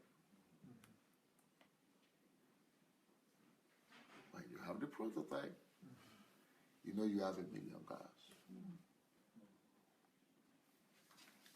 So if I'm saying I'm going to release an X amount of maybe books, or I'm going to do an X amount of thing, and you are really seeing these things with your own eyes come to pass, started with Mayowa's impression, then you double on it. But those are just the little things that you have seen. You are saying, it's just like saying the whole world is existing like this now, and you saw snow coming down, snow, because it's visible falling. Nothing is falling. But because nothing is falling apart from snow, you are not talking about all of that things that are not falling. But are making the universe to function. We are not even taken aback by those things, regular things. Although they are not regular.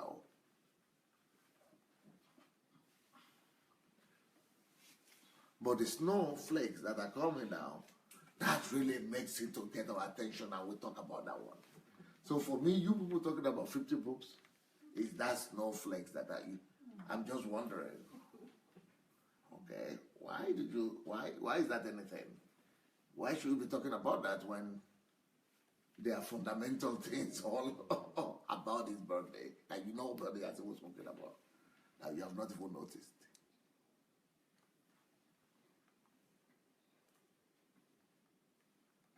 But still, even with that little thing that we have noticed, the 50 books, for thinking people, they should know, when this guy is talking about Nigeria, would it be that he actually knows what he's talking about? With this little thing we are saying, that guy might mean business, or he might know something, or it might mean something, or maybe that's how everything works for you. So when I'm talking about Nigeria, is it not about time to begin to believe? That's just creating parallel. Not just to stop on deliberating about a book, but seeing a bigger picture and being futuristic and having foresight. So what are the things, the events of the moment? What are the things these events of the moment are telling us about the events of the future? That's what I'm trying to address. So the things that I'm saying today, the visible, the observables of now, what is that telling me about the invisible future? Because the things that we see, the stars, the moon, the firmament, the cloud, they are supposed to be telling me something about the things that I don't see.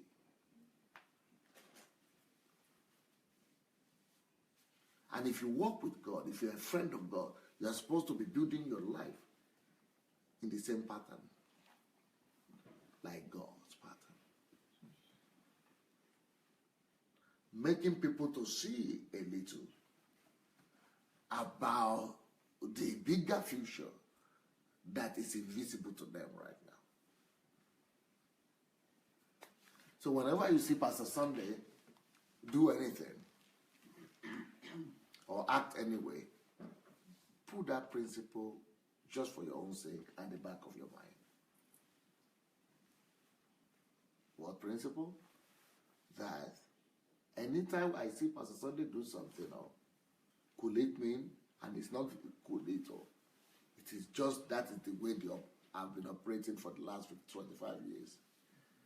So it is just we are seeing something that is always pointing to something much more bigger.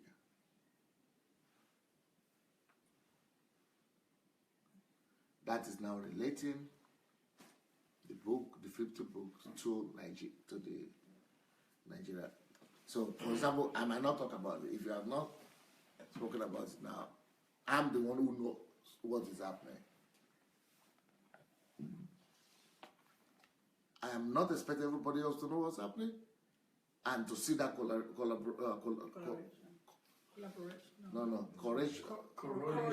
correlation. I'm not expecting anybody to see that correlation, but I am also, on the other hand, thinking that in case there might be a thinking person in the crowd, I expect those to see. I think we need to open something up. It's getting hotter for me. At least since we are not in Nigeria, you can still enjoy the breeze. It's a hot topic as well.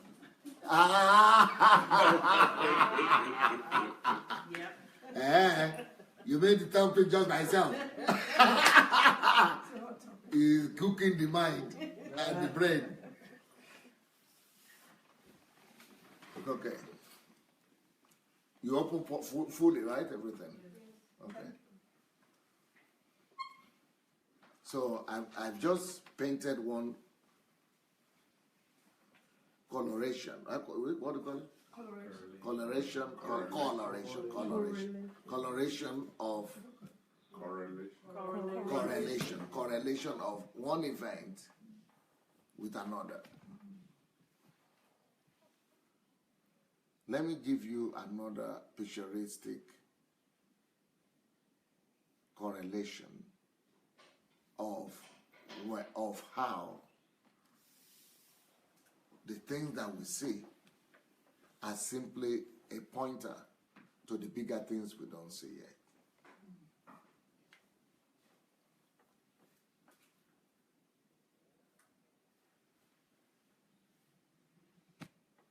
We are talking of 50 books that I announced in April and are already out in May. That should tell you more than that, the 50 books. That should tell you about a way of thinking or a lifestyle that is based on system.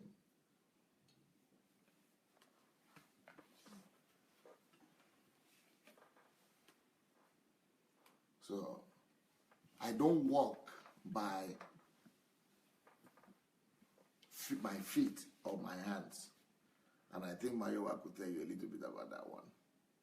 Because that's one of the things I'm telling her and working on her to get.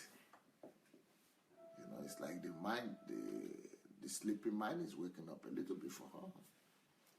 But those legs and those hands, they might still a little bit be working more rigorously than the mind. That's for Mayowa.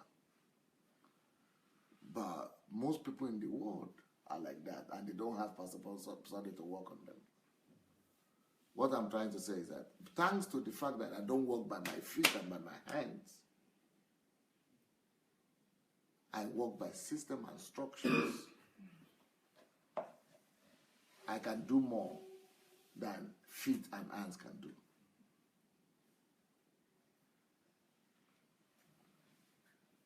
When we were riding to the car on Sunday, in the car to the church on Sunday, I told you that there's an adage, a saying in our language here in Ukraine, which I've written a book on it, that says,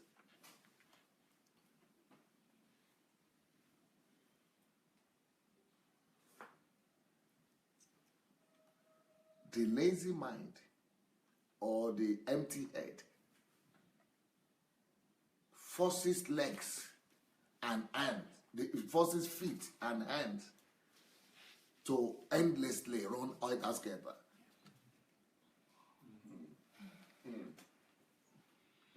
Empty head, empty mind.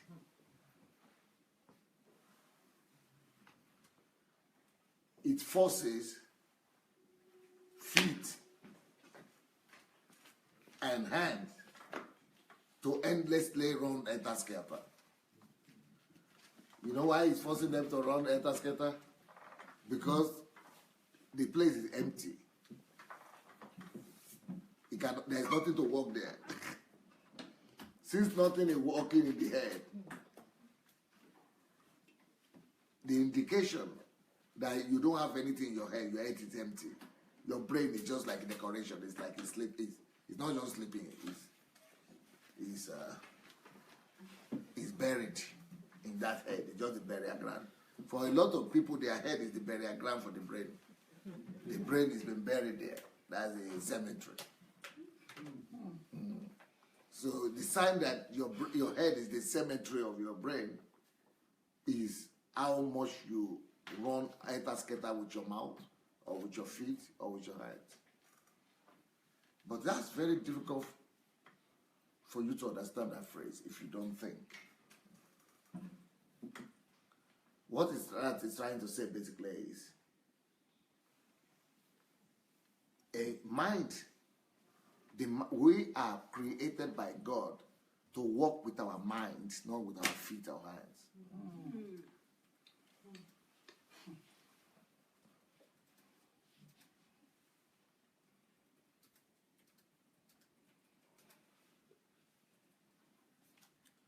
So, but when you have been reduced to somebody that has lost the functionality of the mind, or that has buried or condemned the mind, or emptied the mind or the head, then you want to compensate, because when you don't have content, you want to compensate by just trying to be active. But real work in life is what you are able to configure it, through your mind.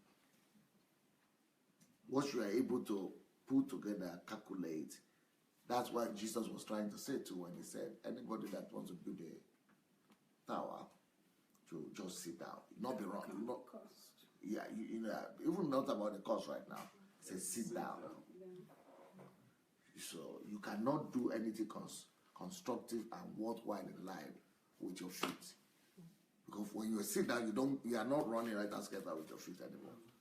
And the fact that you are sitting down to build, how can you sit down and be building? Because the people who are going to do it with their hands and feet, they are not the ones who actually own the building. They are the ones who are the laborers, manual laborers. But the people who constructed and built that tower is the architect, and the architect only has to sit down and he works with his mind.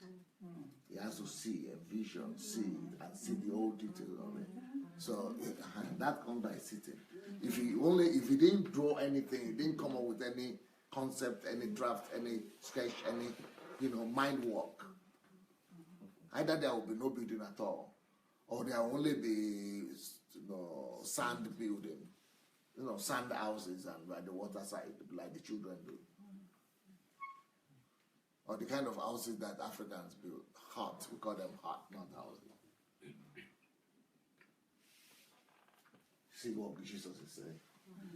He said also, if anybody wants to go to war against another king or another kingdom, you also don't go and carry gun and those are the people who don't come back from war. They don't come back. That's right. Because you said there is war, and you bring it. That's what I see in films. You begin to run like that, and just carry gun. But real military people, the countries that yes, they have what they call headquarters, or what they call supreme headquarters, or whatever. Command centers, war centers, control rooms. Those are sitting centers, not the shooting centers.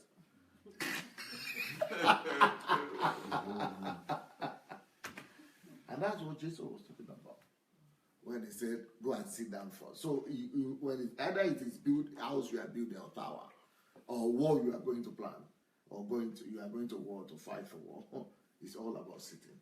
That's what that parable adage means. That only empty heads.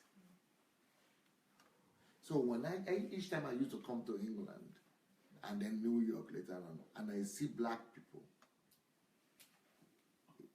wear black suits and 5 o'clock, 4 o'clock, 7 o'clock in the morning, they are already launching to work.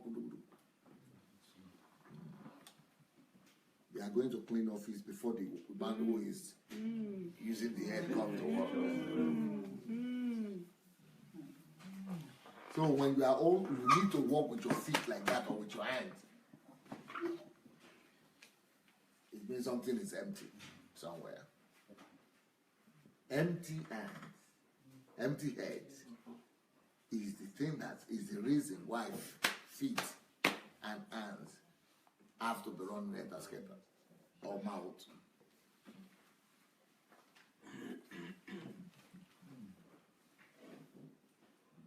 But anywhere where the mind has been engaged to work, when you walk by understanding and wisdom, you begin to discover what Solomon discovered when he said,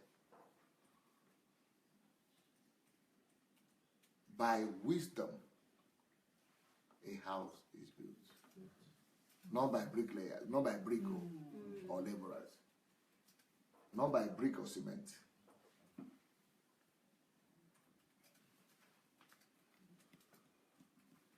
So a house is not built by brick or cement. No, it's built by wisdom. You have to sit down, see, draw it. The house is already completed. This house was completed like 6 months before we even found the land for it.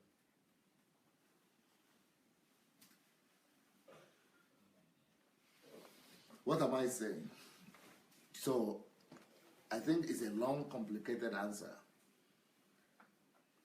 The first part, I wanted you to see the foresight and the correlation between what is happening today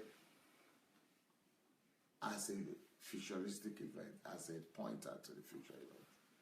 Then the second part, I'm giving you the secret really of my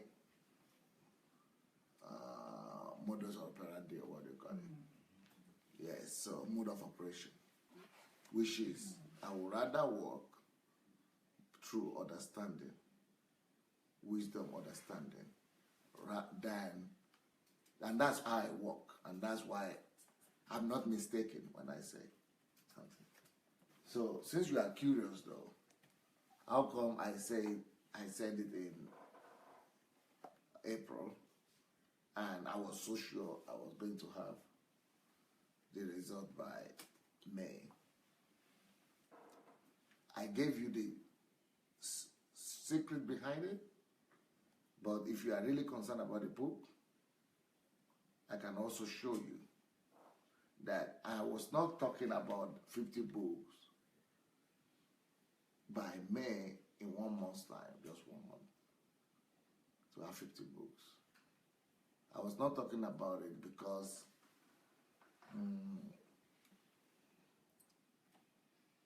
it was sporadic or, just I needed to run. No, I was working on it every day, but not like, I needed to stress myself. I didn't stress myself about it. In fact, the people who are stressing themselves are just the people who are supposed to go and take it to the printer and print.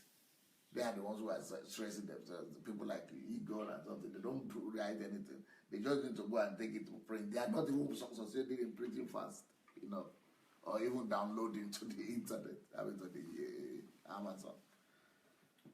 But I don't know if this will benefit you, but it might not benefit you. But you will tell me if you would need to see it or you don't need to see it. You not need it, but I don't think you need it. But I thought if you are really curious, that I might just as well try to fulfill or quench your thirst of that curiosity. I want to see everything, please. Okay. Come and see it here.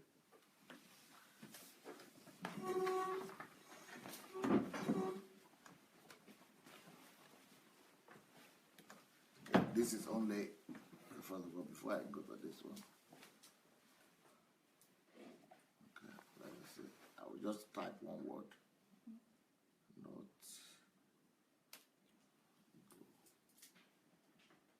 Okay, you see different, the same kind of colors, right?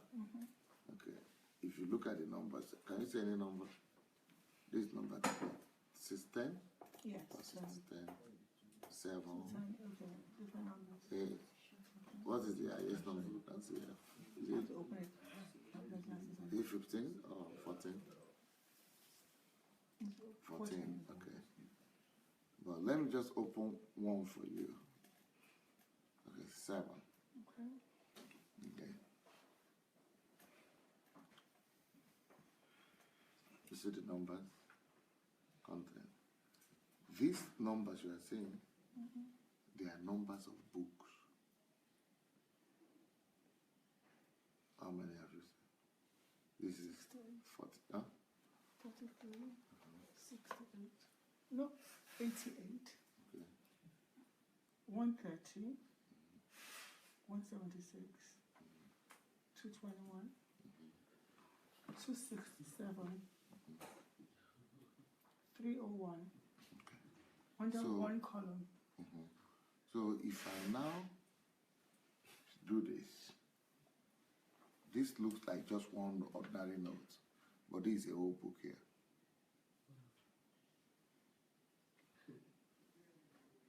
Okay, if I go back and I do this and I just press anything here, it will take you to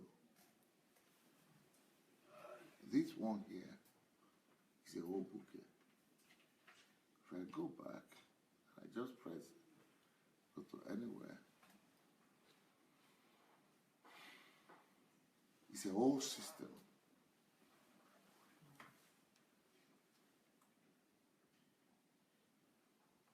This one here is a whole book. Every chapter is a whole book here. Okay? So these are all manuscripts. But see, what number is this? 7. Okay, and how many of them did we say we saw? 301. Huh? 301. No. 301. That is Under in 14. that is in book 4, in book 7. Yeah. But how many of these books? In one book 7, how many books did we say? In one One set, 301. 301. One books. In one book, one set. In one One set. In one tab. set. Yes, in one. And how many of those sets do we have? I think about 14 or 14. Oh. So it's If you approximately open- 15 times 301. Yeah. These are a amount of manuscripts. Yes, these are the amount of not all of them are numerous. It's maybe that's the biggest one. Another one will be 200, 150, 300. Even if it's 2. What we're talking about. Why? Because I walk in the secret for the future. So my future, I started by saying future, what you see today. So that's 50 something. For you who are being impressed, you are talking about 50 books. I don't know. Yeah, I know. It's not a big deal. It's not really about a big deal. It's just a little glimpse. Yeah, it takes Peak. for the future. Aha. So the future, you can now see a little bit of it. So when I say my dream is to write 1,000 books before I die, that's just to physically be able to write. But the manuscript I have, you saw now. No, it's more than that. Because I don't want to write shallow books like Americans are doing. 50 books, they say it's a book. 30, some of them are only 30 pages, 50 pages, they say it's a book. Some of them are even 30 pages. All those faith books we used to read those days are not charismatic books. Those are not books, so they deceive you that you are reading books. They read books. You never learned to read books. But because I went to university, I studied well. I even did my master's and I was passing for PhD. So I know what book is. So I want my books minimum will be 200 pages or 300 pages, and not just small pages with big something. No. Yeah. These are And- real books. And bold titles as Yes, well. yes. Provoking titles. Yeah. It's not like 5 steps to success. Yeah. You know what I mean? So, but so where are these things coming from? You see, that is why what you do with your life on a daily basis. People don't maximize life. In fact, the only concern that I have is that, like I said, I have, book titles and manuscripts in the thousands, but I'm only concerned that my lifetime will only allow me to do 1,000. So you see, my concern now is only that I have too many things that my life will be too short for me to be able to bring up.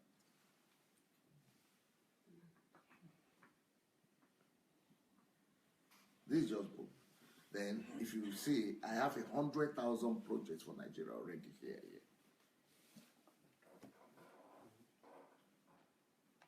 I'm about 5.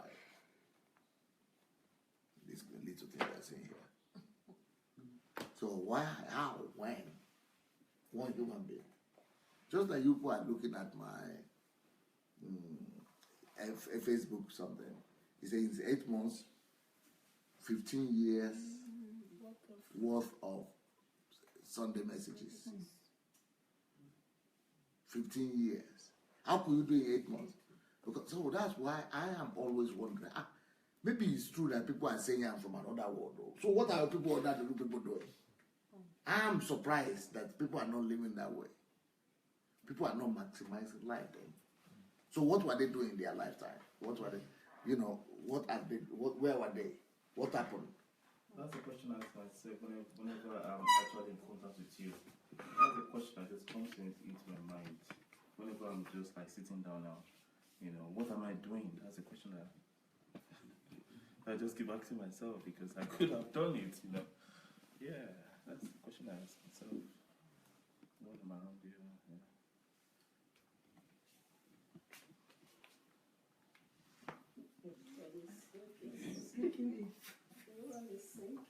It's just like saying, people, different. Just like saying we're talking about drug addicts or people like that. We're not talking about 2 or 3 drug addicts. But when we're talking about people to raise for politics or something, we're not talking about 2 or 3.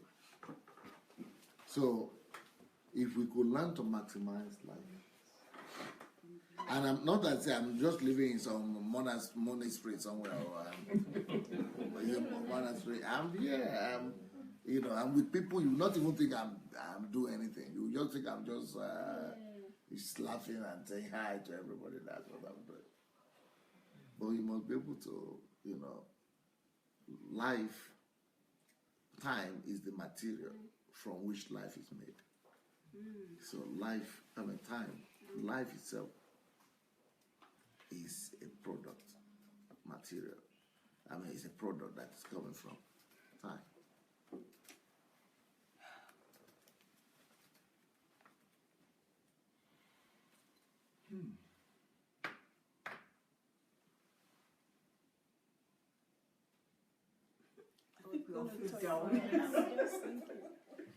How do you maximize your mind and your time?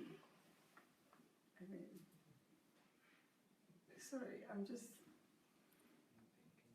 Okay, come, bring your iPad. You have iPad? Yes, sir. Or you don't have it? Okay, come and see my. I will tell you that. I will answer the question. Don't worry. This is YouTube. It's called YouTube. You have to write the steps down. Just write the steps. Okay, steps. I have YouTube. Go to YouTube. Okay, I've gone there. I'm opening YouTube now. Okay, where's my YouTube? So my own YouTube is opening now. I'm on YouTube. Yeah, now I can find it. Okay, I have my YouTube open. Has it opened? Yes, Okay. sir.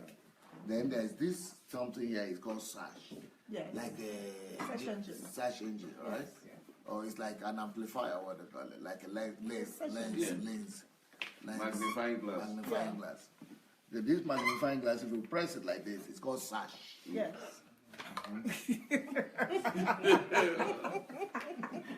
YouTube 101.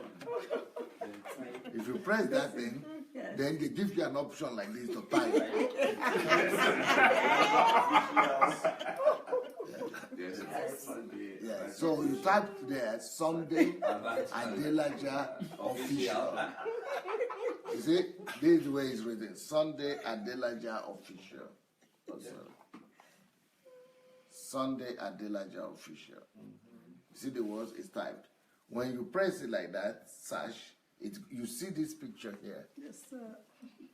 This picture here, I was wearing blue jacket and green shirt and green Tie. Bow tie. You can see it. Yes. But you don't just, when you press Sunday Adelaja official, apart from this photograph here, that is here, you will see many of Sunday Adelaja bigger ones under. That's where the problem starts.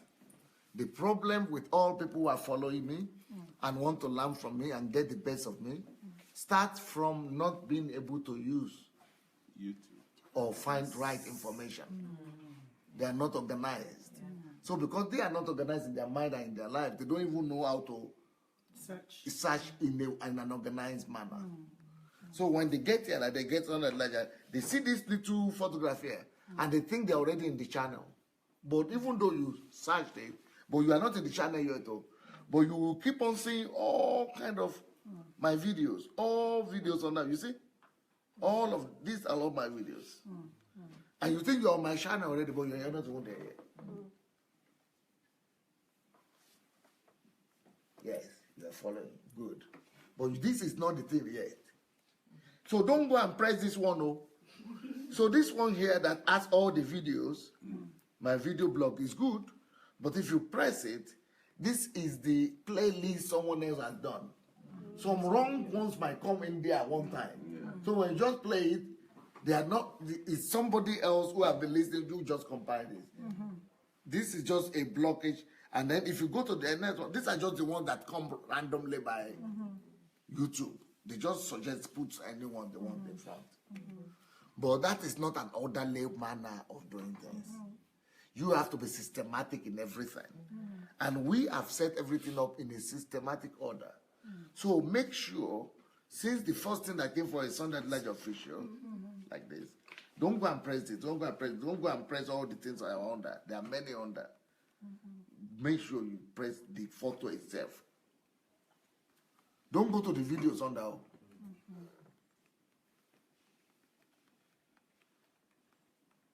Press this one like this. Press the photograph itself in the head. Yes, sir.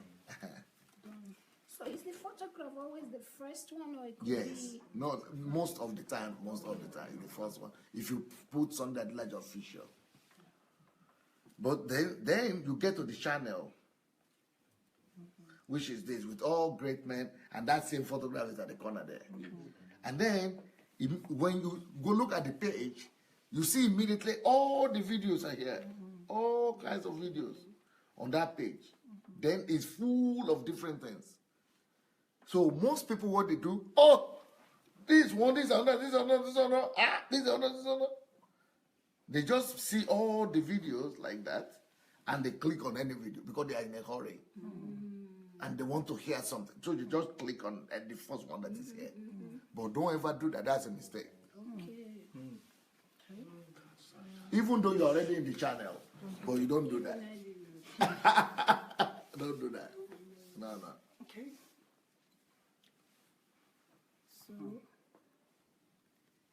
So once you know you are in the channel, you see all the videos are there arranged, which is good, but take your time and go and look for something that is called playlist. On top of the page, you have home, you have videos, you have playlist, channel, about. So don't go to home, you're already in the home. If you go to the video, it's just a whole bunch of all the videos in the channel, one by one, but they are not according to its order. But you have playlists. That is what we need.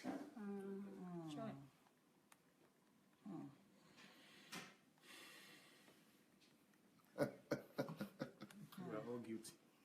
So if We're all you guilty. if you press,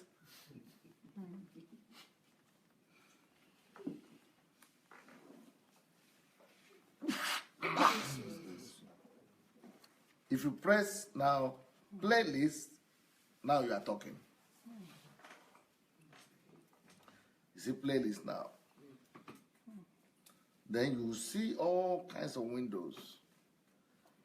After, if you go down, don't press anything yet too. Try to go down that page. After the third one or so, after the third line, you will see something that says either more, view more, or there will be a sign of more or something like that. Or arrow. Where is it? Where are you? No, where is the top? This is the top. Okay, this is the top. You see the view more. Oh, right. Oh. It's called view more. You say you jump that. You might not notice if you just keep on going. What is the mistake she has made right there now? Wow. Okay. She just kept on going down. Okay, she welcome to this is the playlist. And you know, the mistake Rosalind made is that she just kept on going down. And thought that is all the playlist. No. Those are just suggested also. It is still YouTube idea. But what you are supposed to do is to take your time. You see the first line, second line, third line. But she jumped this little thing. This little thing here is called View 30 plus more. This means a lot of more playlists are according to the order that were created, they are there. So if you don't press that one, you just go there, it's just other suggestions that they put. But make sure you don't go to anything. Don't press anything yet. Go to this view. 30 plus more pages. Yes.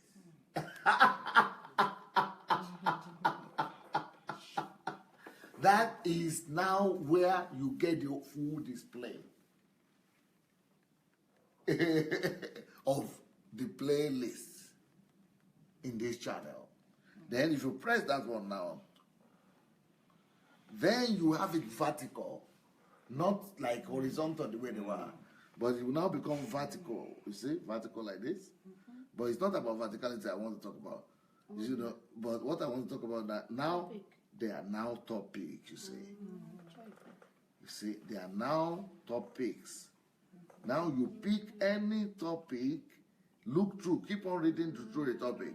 Mark the topics that you want to study. This is the studying part of it. Now, but if you look also again, now you see how they are arranged. But apart from that, if you look at it, see each topic, you will see a number that is written on the page. Like this one's a Golden Jubilee. How many? 12. It means there are 12 videos there. So if you just open one, but the way, if you don't do like this, if you are just pointed, you just do it one there, you know, anyone randomly, no order. But if you want to really be thorough and be building on one another, building on, totally become expert in one thing, that you finish this whole 12 before you go and pick the next one you want. So if you keep on going like this now, it says self-confidence. There are 5 here. So you want to finish that one first. You don't just want to, then if you say, okay, I want to do the HMT. Okay, HMT 2007, HMT April, HMT, you know, so then you could go to different HMTs that you want. The Embassy of God's anniversary. Then if you want to do other things, okay, this one says HMT Archive. This one says Practical Parenting, The Art of Thinking, Who Wins in Life. That's how you now begin to pick each one. And each one of them has a number of videos. So the question you asked was, before you came here, what led me to this? You asked a question about How I'm so dazed right now. I said, how do you maximize your mind? Okay, so let's say the question you have is about the mind, how to maximize your mind. Okay, see the thing we're going, you have the list, let's start the list from the beginning. Okay, you see the first one is DSA Golden Jubilee, birthday wishes. That is not the mind. Jubilee celebration, there is no mind there. Biography, no mind there. Happy birthday, DSA marathon testimony. No, that's not the one I asked for. You are asking for. DSA question time. That is not the one you're asking for. Self-confidence. That is not. You are talking about mind. Okay. So you keep on going. Keep on going. Keep on going down. You keep on reading what you are going through. See the mind. The art of thinking.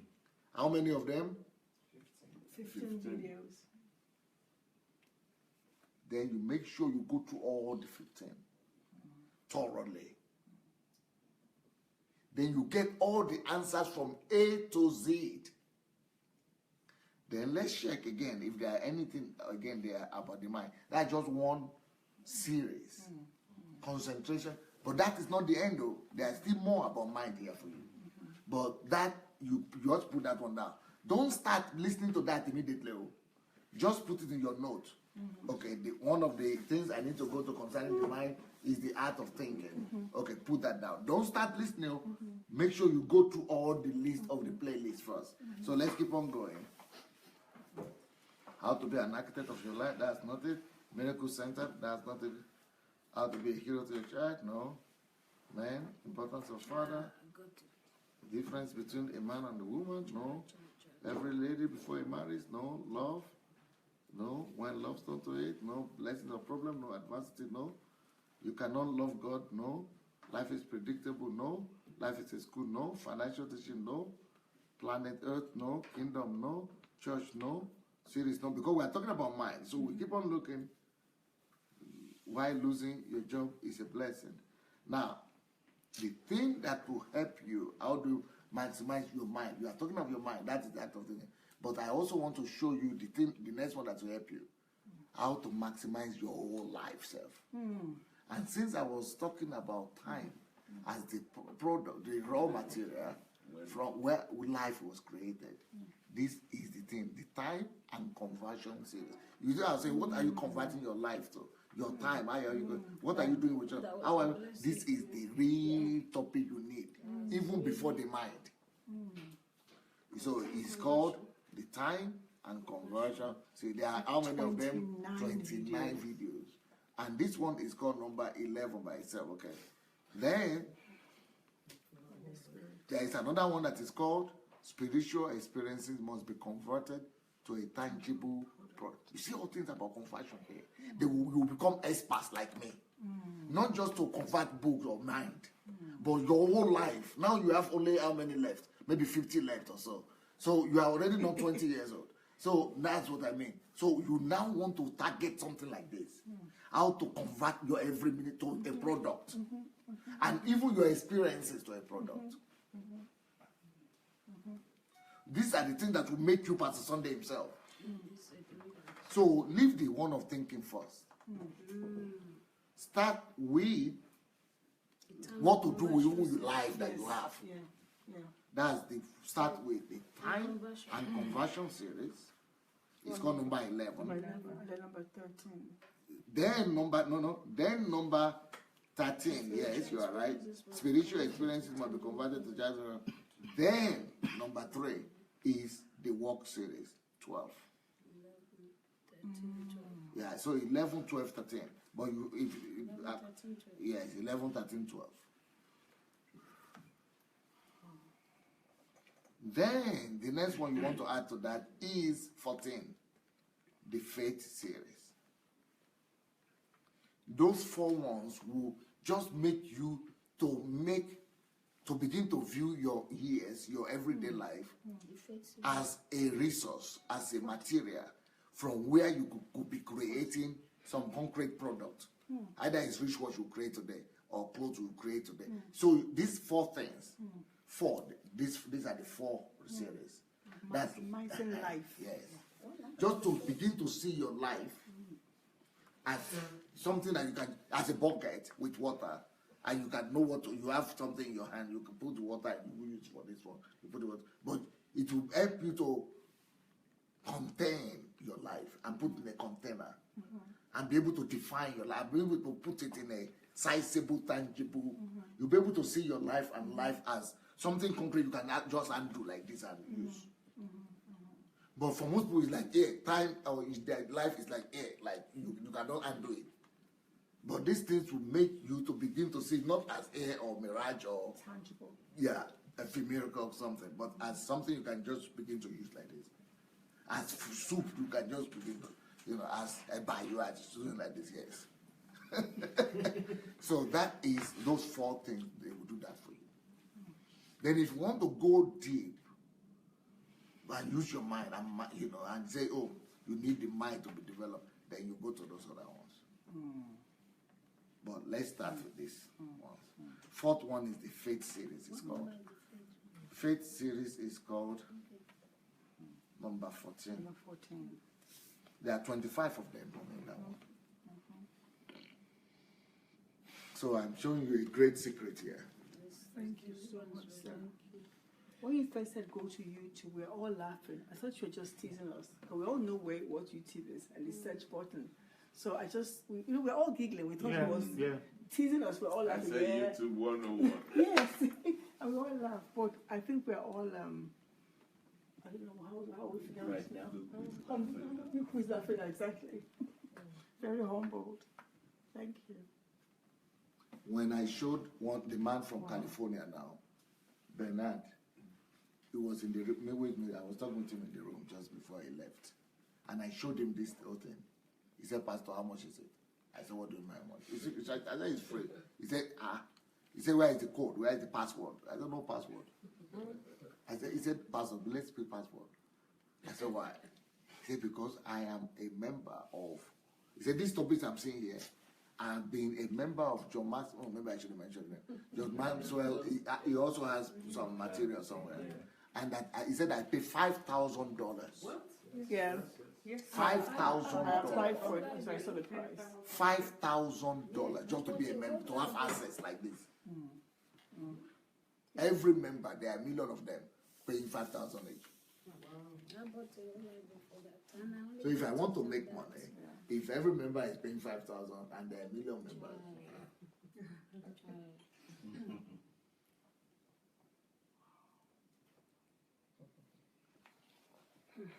he said, but even these topics, I didn't see there, and nothing constructive like this. Just Oh my goodness. Nothing has built it. I don't know what to say. For this alone, it was The trip to Zim. This has just blown my mind. thanks for the question. Yeah. That's the thing I about mean, sorry, it. thank you thank for you for the answering. question. No, thank you for answering, because it was just bothering me. How can you create 50 books in a short time? And they're big books with big titles, Something provoking amazing. titles. Unless one sort of like pulls it out of you. I will just be quiet. I will not even say You anything. have to ask and you shall receive. Sufficient was saying that first, unless you pull it out. I will not say anything. Now I understand. Huh? Sorry. Yes, go ahead. I want to say something. Now I understand what you were saying this afternoon when we were out there. That all this that we're seeing and hearing, and we were pulling our wigs and our heads out, those are not even your call. Real deliverance is I don't know what to say. not laying on the For example, let's say you had asked a question about financial liberty, how to become financially free. If that is the question that is bothering you, I would advise you to go for that first, even before knowing what to do with your life. Because if you don't have financial freedom, you will be under concern. So that same YouTube, where we went, I will go through the process again. Again, this YouTube. I go to search. I put Sunday Adelaja official, you see. You see the picture. Don't go anywhere. Don't follow those things. Those are distractions. But even though I'm the one there, I'm the one there, but they are not orderly. Random selection of anything just to You- fill YouTube. the page. It's just YouTube doing stuff. Yeah. And that's what people just go to. So they say, I listen to one of it sometimes, but they are not constructed. Nothing is constructive. No Nothing, order. I listen to that one, I listen to that one, I listen to that. So they are just Noise. It's like Can I noise. make a confession? yes, sir. That's how I've been listening to Yeah, you. Are you see that? Me too. I just come and look, which one? I put his name. And the topic that I want. That's how they come. And then sometimes you see part one. Sometimes you Okay, let's do the financing, then we will do the parenting later. Okay. Okay. Financial. Let's do the financial. So we are here already. Yes, sir. Yes, You must sir. press that blue button. Yes, You sir. see? Then there's playlist. Then the playlist. Yes. You see? Then you Yes. go down. Then no, don't go down. You go a little bit. You go a and little 30. bit. Only 3 That's what I lines. mean. View 30 plus. Yeah. Only yes, Yeah. and 30 plus. Yeah, that's what I mean. That is key. Yeah. Even you could press the blue something. Even you could press the playlist and still miss it. Okay. If you go further down. Yeah. Because before I went all the way down. Did she did that? Yeah. I didn't see that blue link. Amazing. And they wrote small. 30 plus, baby. They just wrote small. You will miss it. Because there are many things coming. It might not show like that, but there will be playlist. Your 1, Just 2, showing 3. Arrow, that's it. That's it. In some places it is arrow. But then that's. And I don't Maybe want your to press device, this you know, one because- device is The device is different yeah, from mine. device is like Can it go device. horizontal? Are you getting on your one? Horizontal. I have it on mine. This makes a difference. Is yours Apple? Yeah, it Is is. it Apple? Yes. Yeah. Mine iPad Air. So playlist. Oh, sorry, playlist. I'm pressing it to it. This is delivered. If forget the Lord. Left the arrow. And if you do the 10,000 You don't have it. hours, It's all It right. didn't show just everything. you've written down the order. No, I'll Go get on it your- from you. I'll okay, get you wrote it I'll down. send it. Somebody I'll has go to back take with you that. through it.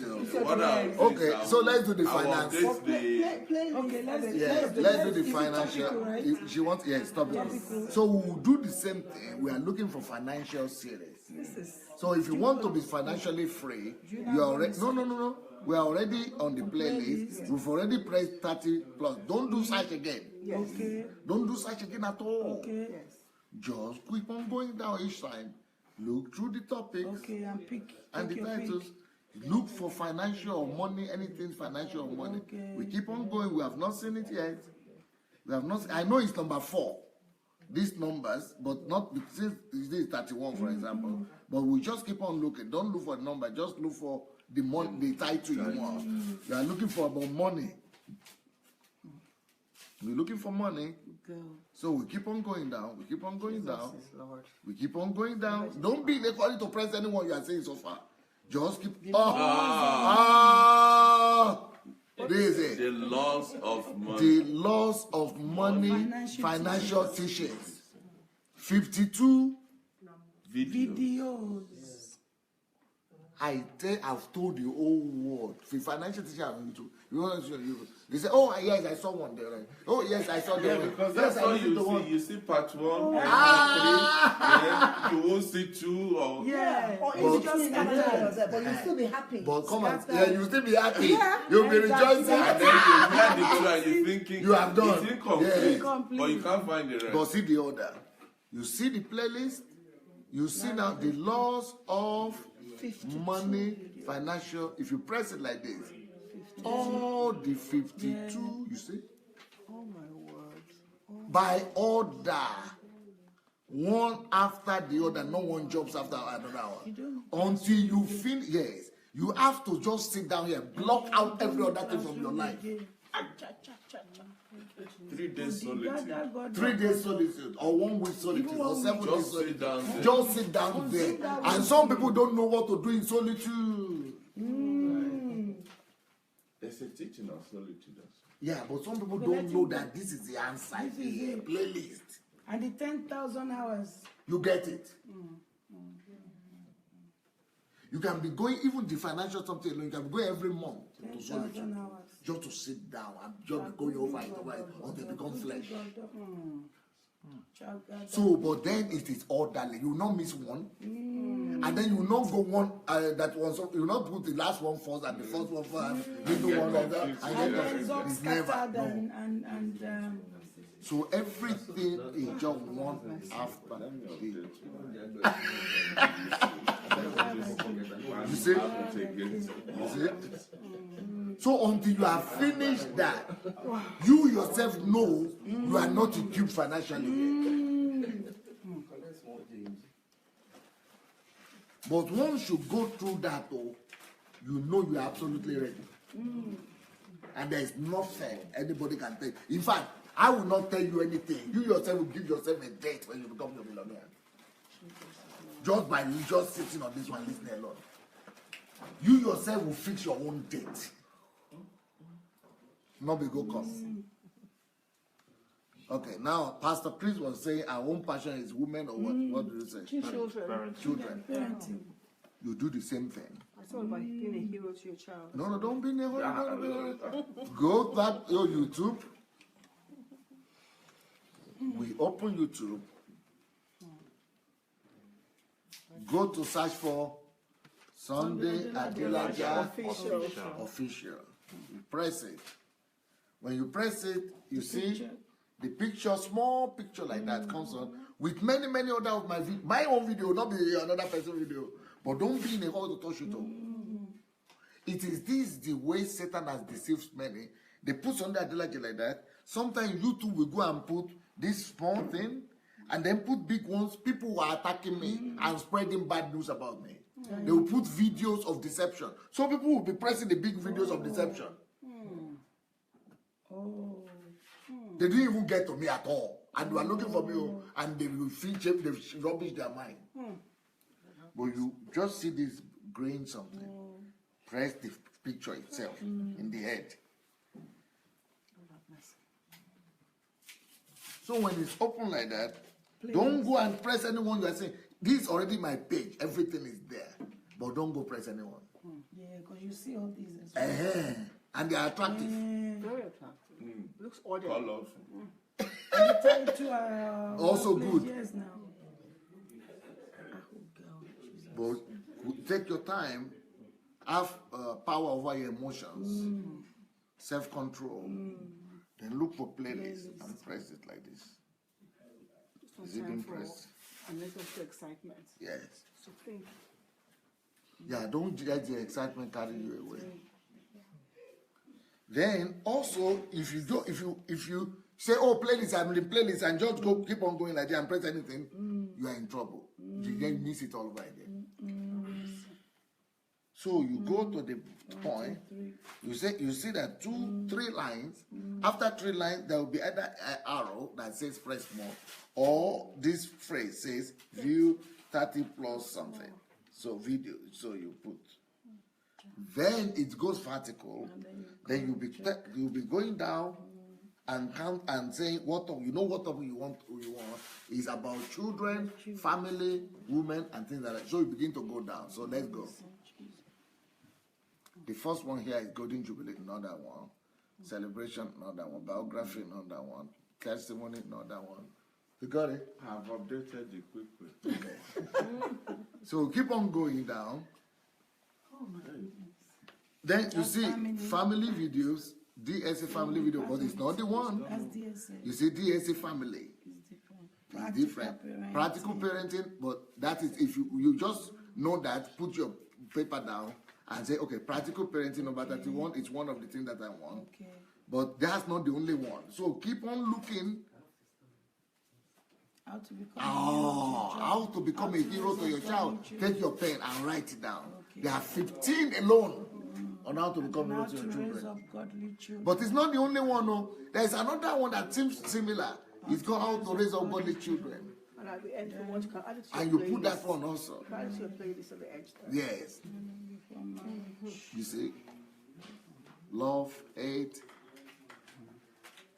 That's it. So you put all So those you got things those down. 3, and then you just Even more than 3. If okay, for example, it says how to practically practical parenting 1. Okay, that's the Practical like a aspect of family, it. yeah. How to become a hero. Church, That's 2. And then raising up godly Godly children. That's 3. What men expect from their wife, maybe for husband and wife. That's similar something, if they want. Then the importance of a father in the family. It's also about parenting. That's 4 right there. What is a man? Who is a man? That's all about men. So, and then you have the difference between a man and a woman. And then you have what every lady must know before marriage. And then you have what a man must know before marriage also. Then right and wrong understanding of love.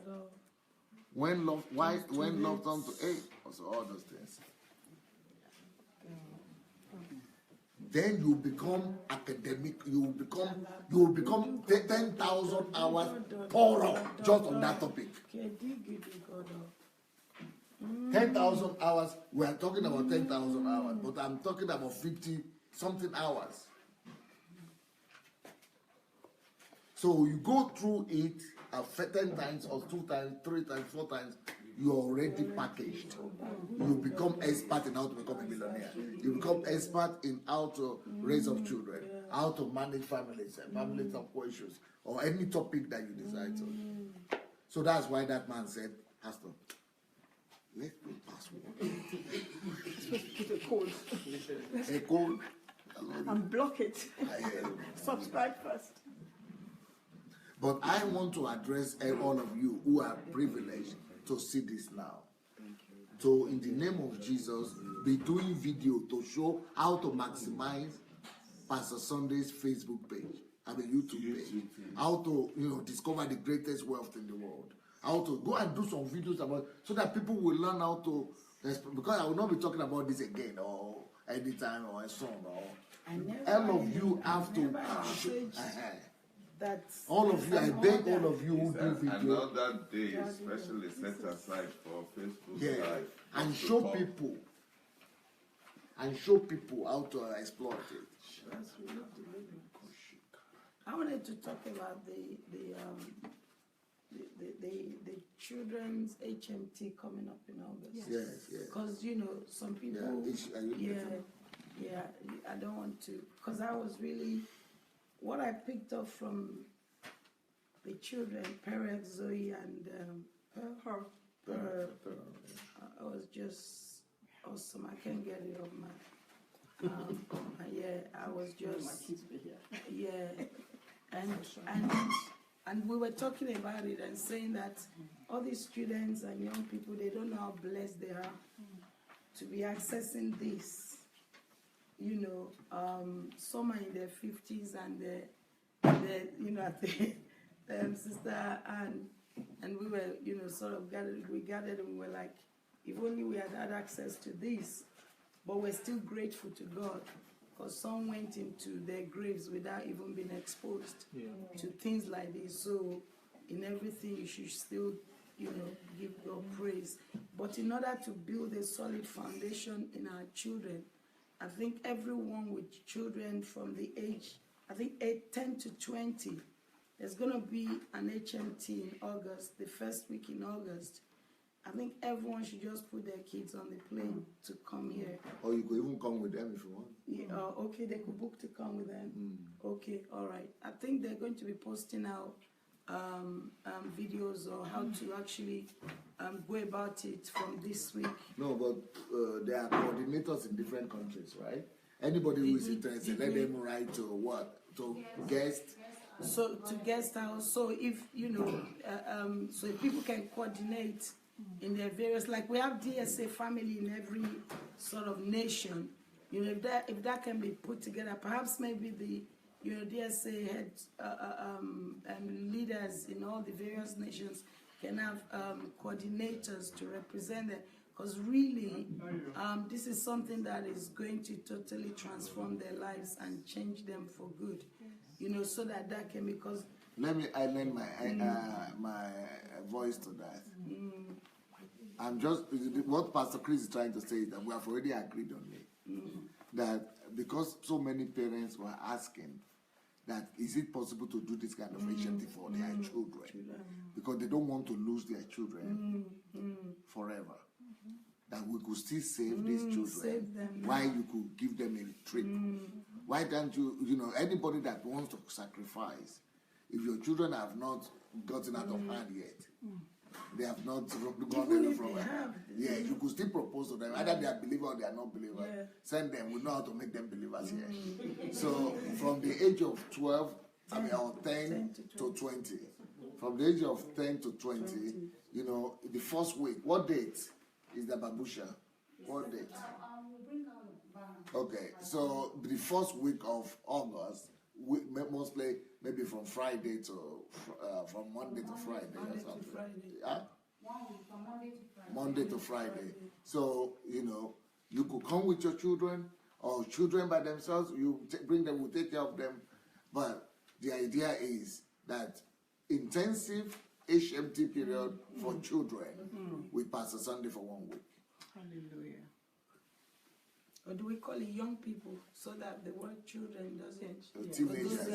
Teenagers, young adults. Yes. So if you are interested, you can already write to guest at godembassy.org. We'll give you more information from there. And if you want to be a coordinator, a country coordinator, a city coordinator, write as well to guest at godembassy.org. How long have you been going with the video? Because we always have a change. 2 hours, 41 minutes. Almost 3 hours. Yeah. So I hope God has blessed all of you. You are not sleeping before you go to the plane. I'm going to sleep now. But you want to share something to us? Yes. Let's hear more testimonies. Hello, everybody. I'm Wally Pastor Study's cousin. We've been here for the past, I've been here for almost a week now, and I think you've just seen a sample, a little snippet of who Pastor Sunday is. He doesn't hold knowledge for himself. He's a vessel that obviously there's a lot of knowledge that God is transferring a lot of information into him. And part of his strongest gift is that he chooses to give it away for free. You've just seen a sample of it. This wasn't rehearsed, this wasn't planned. This is just a topic that came up. And this is his lifestyle in every area of his life, whether it's in any topic, in anything, So when he says things are possible or he will do something, I think you've just seen a simple sample of who the man is and what he's all about. I have been greatly enriched by him. I think if you watched the interview that I did previously, I told you I can list a few people in my life that has influenced me, and I know Pastor Sunday, I hold him right up there. It's a pleasure. It's just been a pleasure to be here, to celebrate with him, to spend time with his family, to spend time with the greater family of Pastor Sunday, which is the family all around the world.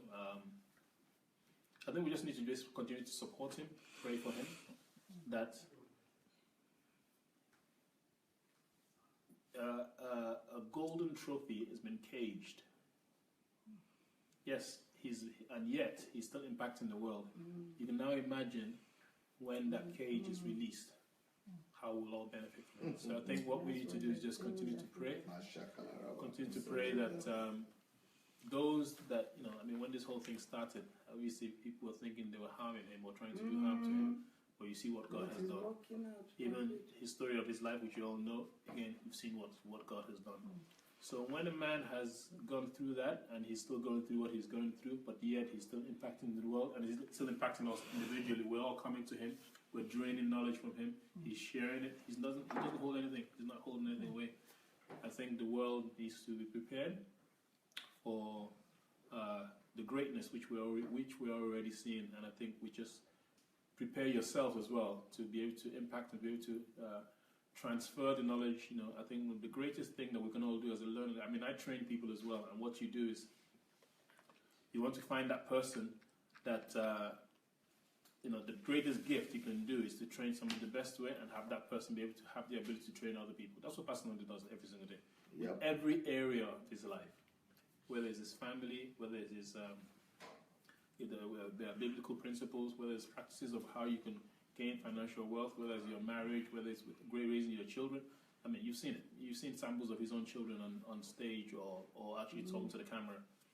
I mean, I marvel. I sit there with a 14-year-old girl, and my mouth is like, okay, hello, what's going on here? What have I done wrong? I mean, that's just what it is. Or you're sitting, you're seeing her interpretate. Somebody has spoken for 5 minutes, and she sits there and interprets everything. So all that knowledge has been gained, and just put out without having to even say, come on. So let's just continue to thank this man of God. I think Ukraine has been blessed that he's been here for this longer time. God has now shown us all around the world who he is and what the potential is. So let's continue to support him and pray that God breaks this chain and brings this light to continue to shine bigger and brighter, and that we all know it will be. So God bless you all. Have a great night and or great morning or a great rest of the day. Take care. Thank you. On that good note. Yeah, can we end on that good note? On that good note, ladies and gentlemen, thank you, Pastor Sunday, and happy 50th. And we wish you continuous strength, good health, prosperity, and we pray that God opens blessings beyond your wildest imagination to you and your family in the mighty name of Jesus Christ. Amen.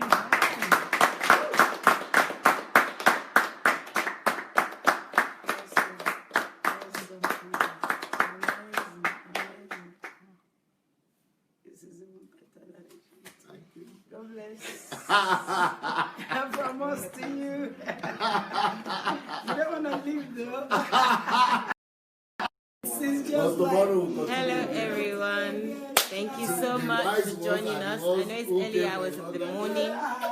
Thank you. We're going to go now and we will come back again later today. So see ya. Good night.